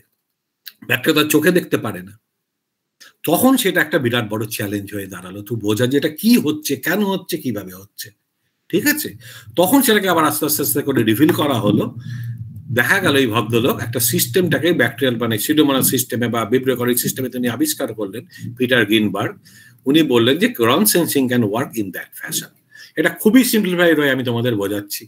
ধরো এটা একটা ব্যাকটেরিয়া, বুঝতে অসুবিধা হলে বলবে, এটা একটা ব্যাকটেরিয়া ডিমের মতন, যেটা তার ভিতরে তার জিন থাকে, am I right? সেই জিনটা কখন এক্সপ্রেস করবে কি করবে না, কতগুলো ডিপেন্ডেন্সি থাকে, জিন থাকলেই তো এক্সপ্রেস করবে না টু আরএনএ টু প্রোটিন। তোমরা পড়েছো ল্যাক অফ অন, কোন সময় সেটা করবে কোন সময় সেটা করবে না, এই সুইচ অন সুইচ অফ বলে একটা ব্যাপার আছে। তাহলে ওরকমই একটা জিন সে তৈরি করছে একটা কম্পাউন্ড, তার নাম হচ্ছে লাক্স আই। সেই লাক্স আই জিনটা হচ্ছে আমার একটা জিনিসকে তৈরি করছে, সে বাইরে বেরিয়ে গেল, আবার সে নিজের ভিতরেই সে ঢুকতে পারে, হয় নিজের ভিতরে বা একই ব্যাকটেরিয়ার যদি পাশে থাকে তার ভিতরে ঢুকতে পারে। কেন? এর এইখানে একটা রিসেপ্টর থাকবে যাকে রিকগনাইজ করতে পারে। তাহলে তুমি একটা জিনিস ছাড়লে তোমার মধ্য থেকে, তুমি সেটাকে আবার নিতে পারবে, কারণ তুমি তাকে ধরতে পারছ, তোমার হাতটা এমন ভাবে তৈরি ওই জিনিসটাকে ধরতে পারবে। এই তোমার মধ্যে যদি অনেকে থাকে তাহলে তাদেরও এরকম হাত আছে, তারাও ওটাকে ধরতে পারবে। এই একবার যেটা বেরিয়ে এলো, এই ভিব্রিও ফিশারাইটা শুধু ধরতে পারবে তা নয়, আরো যত ভিব্রিও ফিশারাই আছে তারা ধরতে পারবে। ঠিক আছে, যখন ধরলো আবার ভেতরে এলো আরেকটা জিন প্রোডাক্ট থাকে, তাকে বলা হচ্ছে লাক্স আর, এটা রেগুলেটর। এর সাথে যখন এটা বাইন্ড করে একটা কম্বো তৈরি হচ্ছে, তখন এরা হয়ে যাচ্ছে বলে ট্রান্সক্রিপশন ফ্যাক্টর, মানে জিনের সামনে এসে লাগতে পারে, সেই জিনের সামনে এসে লাগলো, তখন সে বললো যে জিনটা তুমি এক্সপ্রেস করো, মানে এটা পজিটিভ রেগুলেটর। একা একা হতে পারে না, যখন এটা আসবে সেইটা। এই যদি একা একা হয় তাহলে তো সেলের মধ্যে সবসময় এটা হতে থাকবে। এই যে একটা রেস্ট্রিকশন ইম্পোজ করা হচ্ছে, যখন এটা বাইরে যাবে এবং আসবে তখনই এটা হতে পারে। এই যত বেশি ভিতরে আসবে তত বেশি এটা এক্সপ্রেস করবে। এখন এইটা হতে পারে একটা টক্সিন জিন, এই যত বেশি ভিতরে আসবে তত বেশি এক্সপ্রেস করবে। ধরো ভিব্রিও কলেরি বা ধরো একটা সিবেগুলা ডিসেন্ট্রি আমাদের ইনফেক্ট করেছে, আমাদের ইন্টেস্টাইনে গিয়ে ব্যাটারা বাইন্ড করেছে 10টা, কিন্তু 10টা হলে হবে না। যখন ওরা 1000টা হলো, ওদের মধ্যে কমিউনিকেশন হলো, বললো যে দেখ আমরা 1000টা হয়েছি, তাহলে চল আমরা এবার এটাকে আমরা টক্সিন তৈরি করে লোকটাকে আমরা অসুস্থ বানালে আমাদের সুবিধা। তাহলে ওরা এখন 10টা বাইন্ড করছে, তখন এরা ধরো এক একজন একটা করে ছাড়ছে বাজারে। তাহলে আমাদের তো ইন্টারেস্টিং একটা পার্টিকুলার স্পেস, সেটা তো বাড়ছে বা কমছে না, একটা গিভেন স্পেস। ওই স্পেসে যখন 10টা ব্যাকটেরিয়া 10টাই রকম জিনিস বাজারে ছাড়ছে, তাহলে 10টার জন্য 10টা রয়েছে, তাহলে চান্স অফ ইন্টারাকশন 10-এর সাথে একটা। এবার ওইখানেই যখন একই স্পেসে ওই 10টা থেকে 1000টা হয়ে গেল, তাহলে 1000টা এরকম জিনিস তার বাইরে ছাড়বে, তাহলে চান্স অফ ইন্টারাকশন বেড়ে যাবে অ্যাকর্ডিং টু লা স্যাটেলিয়াস প্রিন্সিপল। কারণ একটা গিভেন জায়গায় টোটাল নাম্বার অফ ব্যাকটেরিয়াও যেমন বাড়ছে, নাম্বার অফ দিস মলিকুলস বাড়ছে, লোকাল কনসেন্ট্রেশন। কাজে ইন্ডিভিজুয়াল ব্যাকটেরিয়ার সাথে ওই যেগুলোর কিন্তু চান্স অফ কলিশন অনেক বেড়ে যাচ্ছে। Am I right? যদি বেড়ে যায় তবেই জিনিসটা ঘটে। তাকেই আমরা বলছি একটা থ্রেশহোল্ড নাম্বার, যে threshold number of bacteria will produce A threshold number of this kind of molecule for this incident to happen or to begin with. Is it clear? যদি ক্লিয়ার না হয় আমাকে একবার তোমরা বলো। হ্যাঁ, স্টুডেন্টসরা যদি কিছু বুঝতে অসুবিধা হয় স্যারকে একটু জিজ্ঞাসা করো, নাহলে আমরা নেক্সট ফেজে যাব। বোঝা যাচ্ছে ব্যাপারগুলো? হ্যাঁ স্যার। ঠিক আছে, তাহলে আমি যখন একটা ব্যাকটেরিয়া একটা বাজারে ছেড়েছি, তাহলে আমার সাথে একটা ইন্টারাকশন হবে, একটা বড় স্পেসে তার চান্স কম, কারণ মলিকুলটা তো ডিফিউজ করছে না বিভিন্ন দিকে। এই ব্যাকটেরিয়ার মলিকুল দুটো কাছাকাছি আছে, সম্ভাবনা কম। ওই একই জায়গায় যখন একটা দিকে দুটো ব্যাকটেরিয়া হলো, তারা দুজন দুটো ছাড়লো বাজারে এই ধরনের মলিকুল, তাহলে চান্স অফ ইন্টারাকশনসটা বেড়ে গেল। যখন হাজারটা হয়ে গেল ইন এ গিভেন স্পেস, স্পেসটা তো ফিক্স, তেমনি হাজারটা মলিকুল বেরোলো, তখন চান্স অফ ইন্টারাকশনটা বেড়ে গেল। বাড়লে ওরা ভিতরে ঢুকছে, পজিটিভলি রেগুলেট করছে বা নেগেটিভলি রেগুলেট করছে। এটা হচ্ছে as simple as possible way of explaining the quorum sensing. এটা তো ইমাজিনেশন তুমি বলতে পারো, আরে এটা আবিষ্কার হয়েছে, এবং এই মলিকুলগুলো কি সেটাও পরবর্তীকালে আবিষ্কার হয়েছে। এবং ব্যাকটেরিয়া টু ব্যাকটেরিয়া এটা ভ্যারি করে। কোনো ব্যাকটেরিয়াতে এরকম একটা সিস্টেম থাকে, একটা সার্কিট, কোনো ব্যাকটেরিয়াতে এরকম দুটো সার্কিট থাকে, তারা আবার cross regulated by each other. কোনো ব্যাকটেরিয়া এরকম চারটে সার্কিট থাকে ইন্ডিপেন্ডেন্ট। বুঝতে পারছো? কাজে এটা নির্ভর করছে যত তার কমপ্লেক্সিটি অ্যারাইজ করবে, যত তার এবিলিটি অ্যারাইজ করবে, তত নাম্বার অফ সার্কিট সংখ্যা বাড়বে এবং তাদের মধ্যে কোঅর্ডিনেশনটা বাড়বে। ঠিক আছে? যত সিম্পলিফাইড হবে তত সিম্পল হবে। ওকে? এবং এই যে ভদ্র মহিলা Bonnie Bassler is basically a chemist, biochemist, okay, in Princeton University. এবং উনি যেটা করেছেন, এই একটার পর একটা এই যেটা বাজারে ছাড়ছে তাকে আবিষ্কার করেছে, তাকে ডিলিনিয়েট করেছে যে কি ধরনের মলিকিউল ওরা। এটা অত সোজা নয় করা, বলতে সোজা, দেখাতে সোজা। ওনার হাসিটা খুব মিষ্টি, কিন্তু ওনাকে যথেষ্ট কষ্ট করতে হয়েছে এই প্রত্যেকটা জিনিসকে আবিষ্কার করতে। ভিব্রিও ফিশারাইয়ের জন্য এই যে বলেছিলাম না, তার একটা ইন্ডিউসার থাকে, একে বলে auto inducer, it can induce the event. ঠিক আছে? সেটাকে এরকম দেখতে, লাক্স আই। সিডোমোনাস এরিজিনোসার জন্য হচ্ছে ল্যাস আই বলে। কি বলে বেসে যায় না, ওগুলো মনে রাখার চেষ্টা করো না, এটাকে এরকম দেখতে। আবার এর আরেকটা সিস্টেমটাকে দুটো সার্কিট বললাম, আর এইচএল বলে, তার আবার এরকম দেখতে। অ্যাগ্রোব্যাকটেরিয়াম টিমোফিসেন তোমরা জানো এটাকে সম্পর্কে, যারা বোটানি পড়ো, যারা মাটিতে থাকে, ফিক্সিং এ সাহায্য করে। এবং ভিব্রিও হারভিয়াই যারা সমুদ্রে থাকে, এই হচ্ছে তাদের ওই মলিকুল। এবং এগুলো কি হচ্ছে দেখো, একটা কমনালিটি আছে স্ট্রাকচারে, এবং সেইটা কেমিস্ট বন্ধুরা দেখো একটা কমনালিটি আছে। একে বলা হচ্ছে অ্যাসাইল হোমোসেডিন ল্যাকটোন রিজিয়ন, কিন্তু আবার আলাদা আলাদা আছে। তার মানে এটা ওদের প্রাইভেট টক করতে পারে। মানে ভিব্রিও ফিশারাই আর ভিব্রিও ফিশারাই এই মলিকুলটা দিয়ে নিজেদের মধ্যে ক্রস টক করে, এই মলিকুলটা দিয়ে নিজেদের মধ্যে ইন্টারঅ্যাক্ট করে, এরা আবার এদের মধ্যে এইটা দিয়ে করে, মানে এটা প্রাইভেট টক। কিন্তু আলাদা আলাদা স্পিসির মধ্যে টক আছে কিনা সেটা প্রথমে লোকে জানতো না, পরবর্তীকালে এটা আবিষ্কার হয়েছে। হ্যাঁ, সেটাও আছে, সেটা আমি তোমাদের দেখিয়ে দিই। এইটা হচ্ছে আরেকটা কম্পাউন্ড যেটা প্রত্যেকটা ব্যাকটেরিয়া মোরাললেস রিকগনাইজ করতে পারে, ওই দিয়ে অন্যান্য স্পিসিসের ব্যাকটেরিয়া কাউন্ট করতে পারে, to take a decision to do something or not to do something. এগুলো দিয়ে তারা প্রাইভেট নিজেদের লেভেলে তারা করতে পারে। ঠিক আছে? এখন এই কাটিং এজ রিসার্চের পরে দেখা গেছে সিউডোমোনাস হচ্ছে master degrader, it can degrade anything, এবং ভেরি ডেঞ্জারাস কাইন্ড অফ তোমার এক ধরনের প্যাথোজেন। এদের এরকম চারটে সার্কিটরি থাকে, এটা একটা complex. Don't try to memorise this complex, but try to feel the complexity. এবং সেই complexity is making Pseudomonas more enable, more able, more powerful to count their number and do so many different things and adapt and grow. ঠিক আছে? এবং দেখো সবার কিন্তু একটা ধরনের স্ট্রাকচার আস্তে আস্তে করে সব আবিষ্কার হয়েছে। এইটাকে ইনে হ্যাঁ স্যার, আমাকে শুনতে পাচ্ছেন? আপনাকে আমরা শুনতে পাচ্ছি না। Hello sir. হ্যাঁ স্টুডেন্টস, আমাকে শুনতে পাচ্ছো? হ্যাঁ ম্যাম, আপনার কথা শোনা যাচ্ছে, স্যারের কথা শোনা যাচ্ছে না। ওকে ওকে, আমার মনে হয় নেটে কিছু কানেকশন অসুবিধা আছে। আমি স্যারকে একটা কল করে নিই।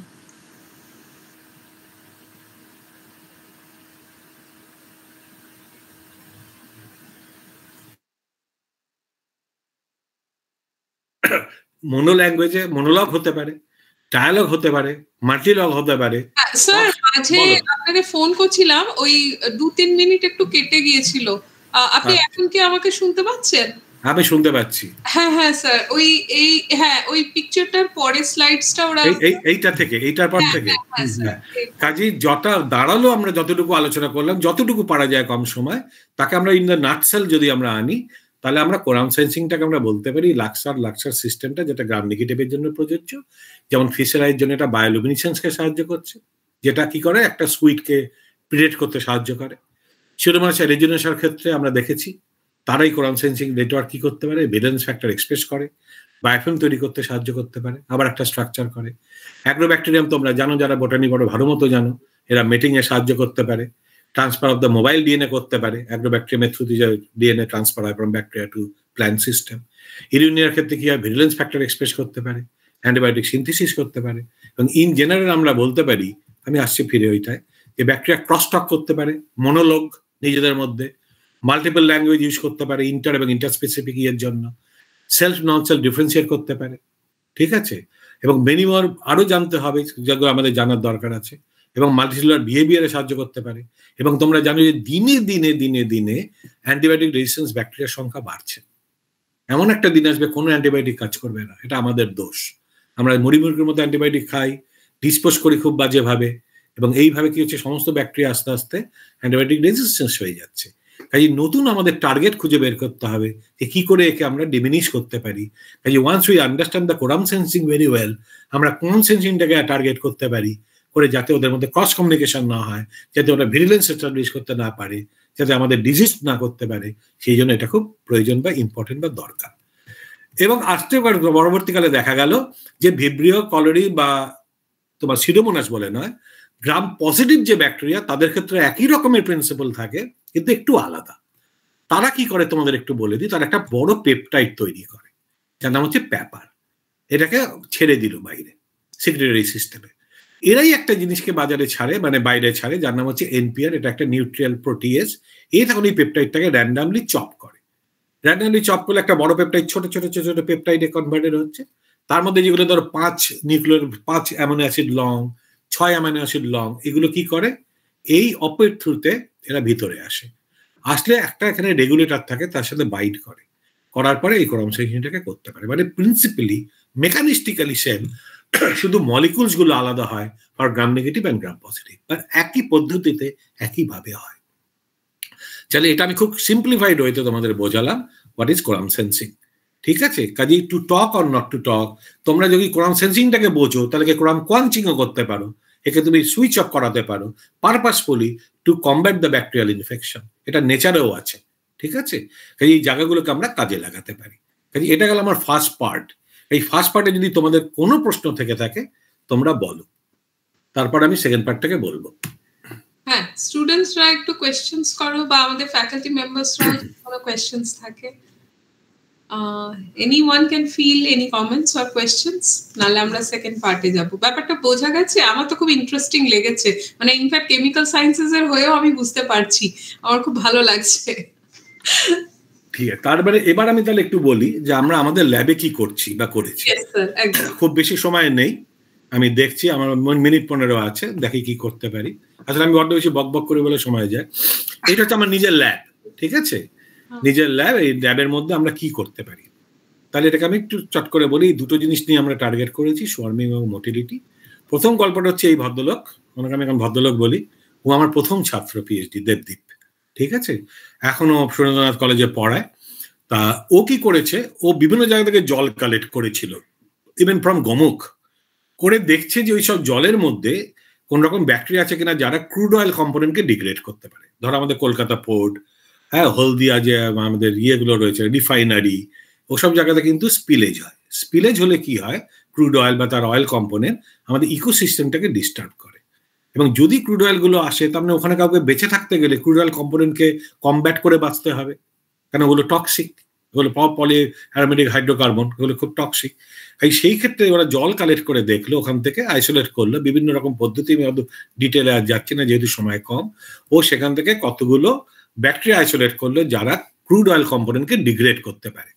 ডিগ্রেড যে করতে পারে তার প্রমাণও করলো বাই জিসিএমএস, হ্যাঁ, গ্যাস ক্রোমাটোগ্রাফি করে দেখলো যে হ্যাঁ ও 3টে আইসোলেট করলো, একটা হচ্ছে ইয়ের থেকে কলকাতা পোর্ট, একটা হলদি পোর্ট, একটা হচ্ছে দীঘা থেকে।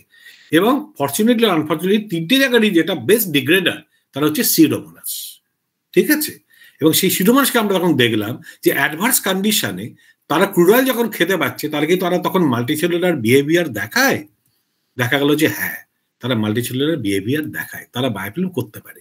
ছোট্ট করে একটা এক্সপেরিমেন্ট আমরা করলাম, টিউবের মধ্যে আমরা গ্রো করলাম, একটাই দিলাম আমরা কিছু না, একটাই আমরা দিলাম ক্রুড অয়েল, একটা দিলাম ক্রুড অয়েল, আর একটা গ্লাস সাইডকে আমরা এভাবে ঢুকিয়ে দিলাম, তাহলে একটা সারফেস তৈরি হলো ইন্টারফেসে। এই সারফেসের মধ্যে কি ব্যাকটেরিয়া আটকাচ্ছে? আটকায় যদি হয় তাহলে তারা এরকম হাব তৈরি করবে যাদেরকে আমরা বলি বায়োফিল্ম। আদৌ করে কিনা? দেখা গেল যে হ্যাঁ তারা বায়োফিল্ম করে। এটা হচ্ছে ইনিশিয়াল একটা প্রিলিমিনারি টেস্ট, বায়োফিল্ম করে কিনা দেখার জন্য। আমি এটাতে যাচ্ছি না, তার কারণ আরো বেশি কনভিন্সিং হচ্ছে confocal electron microscopy, confocal microscopy. এইটা হচ্ছে যখন আমরা ব্যাকটেরিয়াকে গ্রো করছি, ঠিক আছে, এটা একটা স্ট্রেন S1, S3 এবং S4। এটা হচ্ছে যখন আমি গ্লুকোজ দিচ্ছি, মানে লাভিং ফুড, এ বায়োফিল্ম তৈরি করে। কারণ বায়োফিল্ম সবসময় ওদের অ্যাডভান্টেজ দেয়, এটাও করে, এটা একটু কম করে, কিন্তু করে। যখন আমি গ্লুকোজ দিচ্ছি না, শুধু ক্রুড অয়েল কম্পোনেন্ট দিচ্ছি as the sole carbon source, তাহলে তো ওদের বাঁচতে হবে। এবং বাঁচতে হবে ওইগুলোকে খেয়েই, প্রথমে ওকে ডিটক্সিফাই করো, তারপর ওখানকার যে কার্বনগুলো আছে তাকে ইউটিলাইজ করে আমাকে বাঁচতে হবে। এবং যখনই বাঁচতে হবে একটা আন্ডার হার্স কন্ডিশন, তখন যে কে কোন ধর্মে, কে কোন পলিটিক্সের লোকের খেয়াল থাকে না, কিন্তু they all collectively work together. Exactly দেখুন তাই হচ্ছে। তখন তার একটা বিশাল একটা 3 ডাইমেনশনাল বায়োফিল্ম তৈরি করেছে on the surface. A defective, A biofilm করতে পারে না পারলে কিন্তু ক্রুড অয়েল ভাঙতে পারে, এই যারা বায়োফিল্ম তৈরি করছে। কিন্তু বায়োফিল্ম করলে কি বেটার ডিগ্রেড করে? তখন দেখা গেল যে হ্যাঁ করে। আবার আমরা GCMS দিয়ে প্রমাণ করলাম। ধরুন কালোটা কন্ট্রোল, এখানে দেখা খুব মুশকিল, কিন্তু আপনি বেস লাইনগুলোকে দেখুন। এটা হচ্ছে যখন আমার কাছে বায়োফিল্মও থাকছে, এটা শুধু প্ল্যান্টনিক সেল থাকছে নীলটা, আর কালোটা হচ্ছে কন্ট্রোলে যেটা এরিয়াল অক্সিডেশন হয়। দেখুন এই বেস লাইনটা কোথায় নামিয়েছে, এটা কিন্তু লগারিদমিক স্কেলে রয়েছে। হিউজ অ্যামাউন্ট অফ ডিগ্রেডেশন হচ্ছে, এমপাওয়ার্ড। তাহলে ব্যাকটেরিয়া যখন বায়োফিল্ম তৈরি করছে, এই ব্যাকটেরিয়াগুলো এমপাওয়ার্ড হচ্ছে কোনোভাবে, শুধু অ্যাসোসিয়েশন নয়, তাদের মধ্যে ক্রস কমিউনিকেশনের জন্য কোন প্রোটিনটা তারা এক্সপ্রেস করবে, কোনটা করবে না, যারা কিন্তু একটা এমপাওয়ার্ড হয়ে ডিফারেন্ট লেভেল অফ জিন এক্সপ্রেশন করে, এরা বেটার ডিগ্রেড করতে পারে, বেটার ইউটিলাইজ করতে পারে। কিন্তু কিভাবে করছে? এর মধ্যে কি কোনো সেকেন্ডারি মেটাবলাইট আছে যেটা বাজারে ছাড়ছে, যার জন্য এই জিনিসটা হচ্ছে? তখন দেবদীপ ওটাকে চেষ্টা করলো দেখার জন্য যে কি হয়। ওর পুরো থিসিসটাই তারপর হলো কেমিস্ট্রি ল্যাবরেটরিতে। ও কি করলো, HPLC করলো, বিভিন্ন কম্পোনেন্ট বের করলো, তার মধ্যে কোনটা বেশি ইফেক্টিভ, তাকে আমরা আবার দেখা হলো যে থিন লেয়ার ক্রোমাটোগ্রাফি করে, সেখান থেকে নিয়ে এবার তার পরবর্তীকালে NMR করলো, মাস স্পেকট্রোস্কোপি করলো, করে ও দুটো কম্পাউন্ড আবিষ্কার করলো, যে একটা হচ্ছে PCA ফেনাজিন মনোকার্বক্সাইলিক অ্যাসিড, একটা হচ্ছে ফেনাজিন ডাইকার্বক্সাইলিক অ্যাসিড। এদের স্ট্রাকচার কিন্তু বলছে যে ইলেকট্রন ট্রানজিশনে যেতে পারে, তাই না, কনজুগেশনে। কাজে এরা কিন্তু ইলেকট্রন অ্যাকসেপ্টেড ডোনার হতে পারে, they are participate in the oxidation reduction. এবং যখন আমরা দেখলাম যে একটা বায়োফিল্ম ডিফেক্টিভ ছিল, মনে পড়ছে এই বায়োফিল্ম ডিফেক্টিভ, তাহলে একে যদি এই কম্পাউন্ডগুলো আমরা দিই, তাহলে কি বায়োফিল্ম তৈরি করতে পারে বেটার? দেখুন এটা হচ্ছে তার ভেহিকেল কন্ট্রোল, যেখানে এই তো জলে সলিবল নয়, দেখেই বোঝা যাচ্ছে। কাজে আমরা ছিল একটা অ্যাসিটোনাইট্রিল তাতে দিয়ে, এবং যখনই আমি ইয়েরকে বাড়িয়ে দিচ্ছি অ্যামাউন্টটাকে, দেখুন কন্ট্রোল, এশিয়ান কন্ট্রোল, তারপরে 5, 10, 20, 30, 60 এবং 120 মাইক্রোমোলার আমরা PDC-টা দিয়েছি, PDC দিয়েছি। তাহলে দেখুন এর বায়োফিল্ম বেড়ে গেল, বেড়ে গিয়ে আবার পরের দিকে কমে যাচ্ছে। তার মানে এরা একটা লেভেল অবধি আরেকটা অর্গানিজমকে হেল্প করছে to grow and have a better degrader. তাহলে কোঅপারেট করতে পারে if they be together, cross talk. কিন্তু বেশি দিলে, বেশি যদি এই ইলেকট্রনিক্স ইয়েগুলোকে নিয়ে ঘাটাঘাটি করে, তাহলে আবার সেল মরে যাচ্ছে। যদি সত্যিই মরে যায়, তাহলে এদেরকে যেন আমরা ইউটিলাইজ করতে পারি ফর বায়োরেমিডিয়াল পারপাসেস, যেকে দিয়ে আমরা বায়োরেমিডিয়েট করছি, ক্রুড অয়েলকে আমরা রেমিডিয়েট করছি, কন্টামিনেশন রেমিডিয়েট করছি, ঠিক এর বেশি অ্যামাউন্ট দিয়ে কি আমরা তাহলে অন্য কিছু করতে পারি, ব্যাকটেরিয়া মারতে পারি? দেখা যাচ্ছে হ্যাঁ পারি। আমরা PDC এবং PDC দিয়ে আমরা ব্যাচিলার থুরিনজিসিসকে মারতে পারি, সাবটিলিসকে অতটা ভালো পারি না, অন্য ব্যাচিলার স্পিসিসকে মারতে পারি, ইকোলাইকে এটা দিয়ে মারতে পারি, এটা দিয়ে মারতে পারি না। তার মানে it can be used as the antibacterial agent.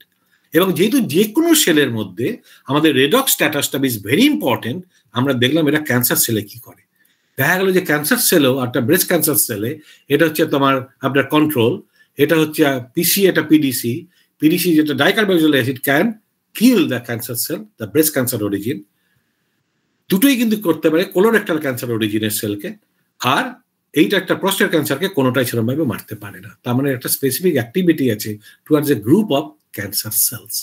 তার মানে এই মাল্টিসেলুলারিটিকে যদি আমরা একবার বুঝতে পারি, একে কাজে লাগিয়ে আমরা অনেক কিছু জিনিস তৈরি করতে পারি, যেটাকে আমরা বায়োরেমিনেশনে কাজে লাগাতে পারি, আর যেটা আমরা থেরাপিউটিক্সে কাজে লাগাতে পারি। এই পরবর্তী যে ছাত্রটি জয়েন করলো, বললাম দেবদেবের কাজটাকে তুমি এক্সটেন্ড করো, সে বললো না, তোমাকে করতেই হবে, তাহলে তোমার ভালো পেপার আসবে, বললো না। এখন কোনো ছাত্র বা ছাত্রী কারোর এগেনস্টেই তাকে জোর করে কিছু করানো উচিত না। আমি বললাম তুমি তাহলে কি করবে বাপু? ও বললো আমি এই ইউডোমোনাস অ্যালিজিওসটাকে আমি একটা মডেল প্যাথোজেনিক অর্গানিজম হিসেবে ভাবতে চাই, আমি বায়োফিল্মটাকে আমি অ্যান্টিবায়োটিকের সাথে কোরিলেট করতে চাই। বললাম করো। ও কি দেখলো সেটা দেখার আগে আরেকজন মেয়ে এসে একটা শর্ট টার্ম প্রজেক্ট করে দেখলো, এই যেটা রয়েছে যে আমার সিডোমোনাস, আমরা যে বায়োফিল্ম দেখালাম, ইট ক্যান সোয়ার্ম যদি আমি 0.5% গ্লুকোজ দিই মিডিয়ামে আলাদা করে। দেখুন এটা সোয়ার্ম করেছে, এমনিতে এটা সোয়ার্ম করতে চায় না।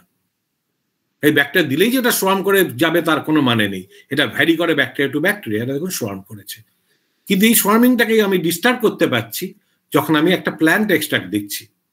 এই প্ল্যান্ট এক্সট্রাক্টটা ছিল ল্যান্টানা ক্যামারা হতে পারে, এটা ল্যান্টানা ক্যামারা, বিভিন্ন প্ল্যান্ট এক্সট্রাক্ট দিয়ে এটাকে ইনহিবিট করছে।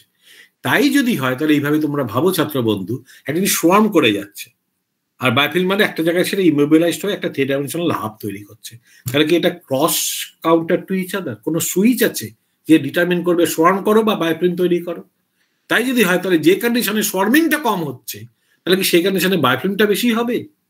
তাহলে একটা যখন অ্যান্টিবায়োটিক বা একটা প্ল্যান্ট এক্সট্রাক্ট যেটা ব্যাকটেরিয়াকে মারে, তাকে যদি আমি দিই, ব্যাকটেরিয়া মরে, no doubt about it, 80% bacteria মরে যাবে, কিন্তু বাকিরা কি কোনোভাবে বাঁচার জন্য বায়োফিল্ম তৈরি করতে পারে? দেখা যাচ্ছে হ্যাঁ। দেখা যাচ্ছে তোমার স্ক্যানিং ইলেকট্রন মাইক্রোস্কোপ, এটা করেছে অবিনাশ, এই হচ্ছে তার বায়োফিল্ম, সেটা অনেক বেড়ে গেছে অ্যান্টিবায়োটিকের প্রেজেন্সে, যেখানে 2 মাইক্রোগ্রাম, আরো বেড়ে গেছে যেখানে 3 মাইক্রোগ্রাম। এবং এটাকে আমরা তখন ভাঙার চেষ্টা করলাম এই প্ল্যান্ট এক্সট্রাক্ট দিয়ে, ভাঙলো তো না বটেই, উল্টে আরো বেশি হয়ে গেল। এই যে আমরা বলি না যে অ্যান্টিবায়োটিক দিলাম, এই দিলাম, লোকটা কিওর্ড হয়ে গেল, পেয়ে গেছি, eureka, is not so easy dear friends. ছোট্ট একটা অংশ কোনো একটা কোণে আটকে থেকে এরকম একটা বায়োফিল্ম তৈরি করতে পারে, এন্ড দে আর এম্পাওয়ার্ড। এই এম্পাওয়ার্ড কন্ডিশনে কোনো একটা ব্যাকটেরিয়া যদি অ্যান্টিবায়োটিক রেজিস্ট্যান্স হয়ে যায়, সে তার জেনেটিক মেটেরিয়ালটা আরেকটার মধ্যে দিয়ে দিতে পারে। এইভাবে কিন্তু এই ব্যাকটেরিয়াটিক প্রেজেন্সটা বেড়ে যাচ্ছে এবং রেজিস্ট্যান্সটা আস্তে আস্তে বেড়ে যাচ্ছে এবং প্রপাগেট হচ্ছে। এটা কিন্তু অ্যালার্মিং। এই যে আমি যদি দেখিয়ে দিই ব্যাকটেরিয়া মরছে বলে আমি একটা রিপোর্ট পেপার করে দিলাম, এটা অর্ধসত্য হলো। আসল সত্য, হ্যাঁ ব্যাকটেরিয়া মরছে, কিন্তু দেখুন বায়োফিল্ম তৈরি করছে, একে মারা কিন্তু অত সহজ নয়।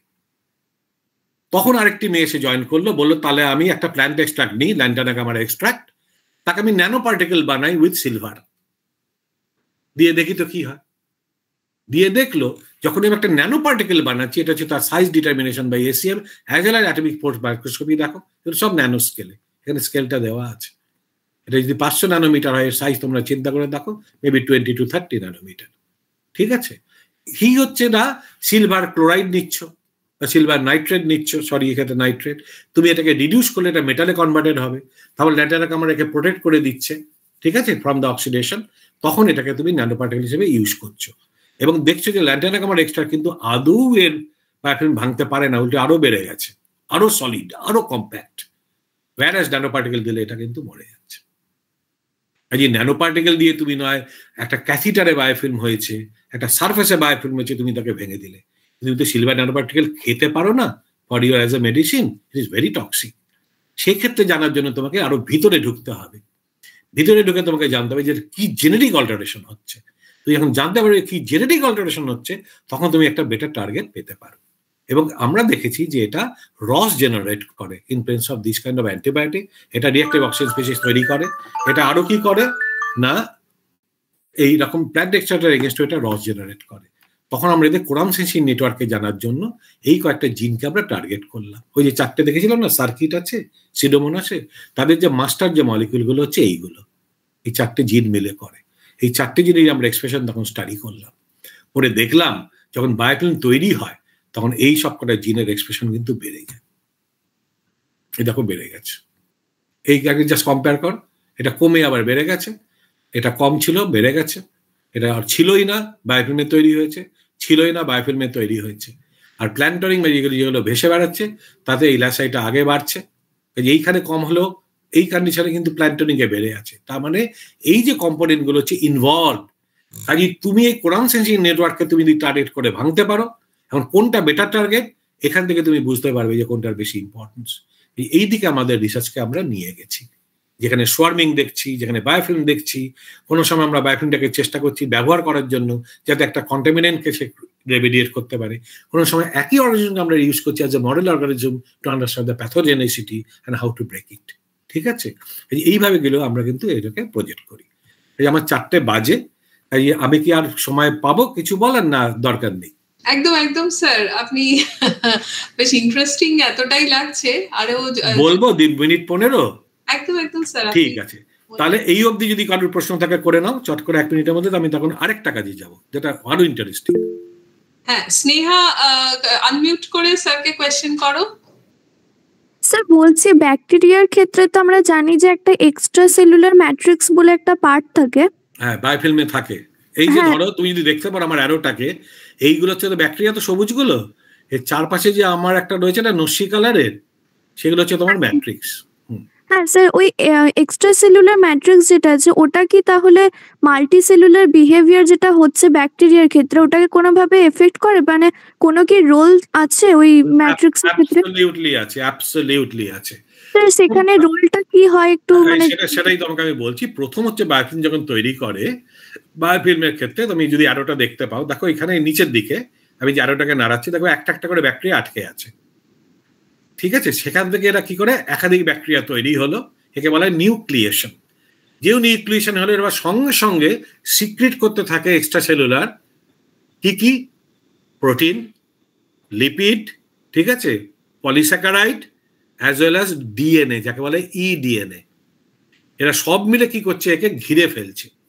যেমন একটা মৌচাকের মধ্যে তো মৌমাছি থাকে, কিন্তু চাকটাও তো আরো অনেক কিছু, তাই না? এই যে চাক যেটা তৈরি হচ্ছে তাকে বলা হচ্ছে এক্সট্রা পলিমেরিক সাবস্টেন্সেস, এপিএস। তো এই এপিএসটা যত বেশি একে ঘিরে ধরবে, সেই ব্যাকটেরিয়াগুলো তত বেশি ওর মধ্যে প্রোটেক্টেড। কাজে এই ইপিএস গুলোকে তুমি যদি ভাঙতে পারো, তাহলে অটোমেটিক্যালি আবার ব্যাকটেরিয়া ভেঙে যাবে। এবং এটা একটা ডাইনামিক্স প্রসেস, এটা কনস্ট্যান্ট। তোমরা যদি মৌমাছি বা বলতার চাক সম্পর্কে যদি জানো, দেখবে এই একটা চাককে কিন্তু আর বারবার ইউজ করে না, যেই হয়ে গেল ওরা চলে গেল।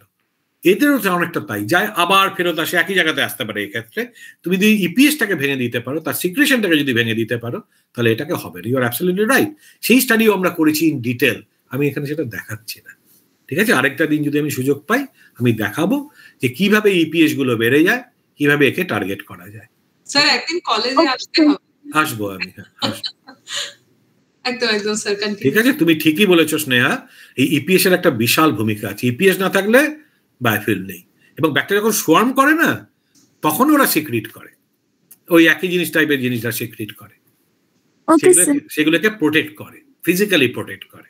ঠিক আছে, ব্যাকটেরিয়া শুধু এম্পাওয়ার্ড হচ্ছে তাই না, এটা ফিজিক্যালিও প্রোটেক্ট করে। হ্যাঁ, আর কোনো প্রশ্ন আছে? আচ্ছা, তাহলে আমি দ্বিতীয় গল্পটায় যাই। একদম স্যার। এটা কিন্তু চার্লি চ্যাপলিনের জুতো নয়, এটা একটা ব্যাকটেরিয়া, এটার নাম হচ্ছে Bacillus thuringiensis. It's a very beneficial. ঠিক আছে, চাষবাসের সাহায্য লাগে, অ্যান্টি ইনসেক্টিসাইড। ঠিক আছে, এবং এই পারমিতা বলে মেয়েটি কলকাতা পোর্ট থেকে, ও এখন ডক্টরেট হয়ে গেছে, এখন ইয়েতে রয়েছে, কি বলে আমাদের এইমস ঋষিকেশে আছে। তা ওর খুব সুন্দর কাজ করতো। ও দেখলো এই যে ব্যাকটেরিয়াটা হচ্ছে আর্সেনিক রেজিস্ট্যান্ট, টলারেট রাদার, এবং খুব বেশি টলারেট করতে না পারলেও টলারেট করতে পারে আপ টু আমার ওই 25 মাইক্রোমোলার অব্দি, মানে 2.5 মিলিমোল অব্দি করতে পারে, খুব বেশি নয়। এটা একটা wide range of NaCl K resist করতে পারে, এবং ভালো পিএইচ রেঞ্জকেও এটা রেজিস্ট করতে পারে। কাজে এটা একটা ভালো ক্যান্ডিডেট, যারা চাষিরা তাদের জন্য একটা ভালো ক্যান্ডিডেট স্ট্রেন। এই স্ট্রেনটাকে নিয়ে তখন আর্সেনিক কি করে রেজিস্ট করে তার একটা স্টাডি করেছে, সেটা ওর থিসিসের একটা মেইন পার্ট, যে আর্সেনিক রিডাক্টেজ বলে একটা জিনিস থাকে। কারণ আর্সেনেটকে কিন্তু দেখতে অনেকটা ফসফেটের মতো, তুমি চাও না চাও ফসফেট ট্রান্সপোর্ট সিস্টেম দিয়ে আর্সেনেট টুক করে ঢুকে যায়। ঢুকে যখন যাচ্ছে তখন একে কি করে কনভার্ট করে আর্সেনাইড, যেটা মোর টক্সিক দো, তাকে আবার বাজারে বের করে দিচ্ছে। অনেক সময় এটাকে এনগাল্প করে নেয় অর্গানোমেটালিক কম্পাউন্ড করে, সেটা নিয়েও স্টাডি করেছে। কিন্তু আজকে আমি সেই নিয়ে গল্পটা বলছি না, ওর একটা টুকরো কাজ নিয়ে আমি বলছি। এই যখন ব্যাকটেরিয়াটাকে তুমি গ্রো করছো লিকুইড কালচারে, নর্মাল এনবি মিডিয়ামে, এটা তার গ্রোথ কার্ভ। ঠিক আছে, অত ডিটেল কপি বুক টাইপের হয়নি, যে একদম ল্যাক পিরিয়ড বা ইত্যাদি, কিন্তু একটা বোঝা যাচ্ছে একটা ল্যাক পিরিয়ড ছিল, আস্তে আস্তে গ্রো করে একটা স্যাচুরেটরি ফেজে এটা এসছে। তুমি একটু গ্লুকোজটা একটু বেশি দিয়ে দাও মিডিয়ামে, তাহলে একটু বেটার গ্রো করবে, তো আরো খাবার পাচ্ছে, সুন্দর খাবার পেয়ে যাচ্ছে। গ্লুকোজ তুমি আরো বাড়িয়ে দাও 0.1 থেকে 1%, আরো গ্রো করছে ইন এ লিকুইড কালচার। তখন আমরা দেখলাম একই রকম কি বিহেভ করবে যখন এটা সেমি সলিড কালচারে হচ্ছে। এটা ততক্ষণ অলরেডি আমাদের ইন্টারেস্ট গ্রো করে গেছে অন ব্যাকটেরিয়াল সোয়ার্মিং, আমি রাইট? তখন আমরা দেখলাম তুমি যখন কন্ট্রোল নিচ্ছ, তখন ব্যাকটেরিয়া এরকম ভাবে গ্রো করছে। 0.1% গ্লুকোজ দিচ্ছ, is loving it, better grow করছে, কিন্তু প্যাটার্নটা একই আছে। একটা গাঁদা ফুলকে ক্রস সেকশন করলে যেরকম দেখতে হয় সেরকম। 0.2% করছো, একই রকম গ্রো করছে, ভালোই গ্রো করছে। 1% করে দিলে, যদিও খুব সুন্দর গ্রো করেছিল ইন লিকুইড মিডিয়াম, সেমি সলিডে যেন একটা বাধা প্রাপ্ত হচ্ছে, অতটা ছড়াতে পারছে না, আমি রাইট? একটা হঠাৎ করে একটা ফিঙ্গার লাইক এক্সটেনশন বা ফ্র্যাগমেন্টেশন বা প্রোট্রিউশন হচ্ছে, এবং এটা ওপেক, মানে সেল হয়তো গ্রো করছে বা ডিভাইড করছে, বাট এরা এগোতে পারছে না। তখন প্রশ্ন হলো, তুমি তো বেশি গ্লুকোজ দিচ্ছ, যারা কেমিস্ট্রির লোকেরা বুঝবে, something call the osmolarity, something call the colligative property. অসমোলারিটিটার চেঞ্জের জন্য কি এটা হচ্ছে? ভিসকোসিটি চেঞ্জ হচ্ছে। তাহলে এই যে সমস্ত কোলিগেটিভ প্রপার্টি থাকে অফ কেমিস্ট্রি, সেটা কিন্তু মলিকুলার নাম্বারের উপর নির্ভর করে, নেচারের উপর নির্ভর করে না। তখন আমরা দেখলাম এর কতগুলো আইসোমার্স আছে, যেমন গ্যালাক্টোজ, অ্যারাবিনোস, তাদের দিয়ে দেখলাম যে জয় পার্সেন্টেজ যেটা দিই না কেন, এটা কিন্তু প্যাটার্ন কোনো রকম ভাবেই ব্রেক হচ্ছে না, কারণ এটা সামথিং গ্লুকোজ স্পেসিফিক। কিন্তু কেন? একদিকে আমি খাবার ভালোবাসছি, কিন্তু ওই খাবারটার জন্য আমি যেতে পারছি না, আমি ফেটে ফেটে যাচ্ছি অন্যরকম ভাবে যাচ্ছি, I am trying in different way. আমরা বুঝতে পারলাম না। তখন আমাদের যিনি ডিরেক্টর ছিলেন প্রফেসর সুরেন্দ্র দত্তগুপ্ত, তার একজন ছাত্র ছিল মানুষ এখন ওই ব্রহ্মানন্দ কলেজের মাস্টারমশাই ফিজিক্সের, ও ফিজিক্সের। এখানে আমরা ফিজিক্সিস্টদের বললাম একটু সাহায্য করে দো বাপু। তখন এই হচ্ছে মানুষ বলল, এই যেটা হচ্ছে এটাকে আমরা একটা ডিফিউশন মডেলে এস্টাবলিশ করতে পারি, যদিও ব্যাকটেরিয়া ডিফিউজ করে না, diffusion is only applicable for the soluble thing, কিন্তু এটা একটা রিয়াকশন ডিফিউশন মডেল।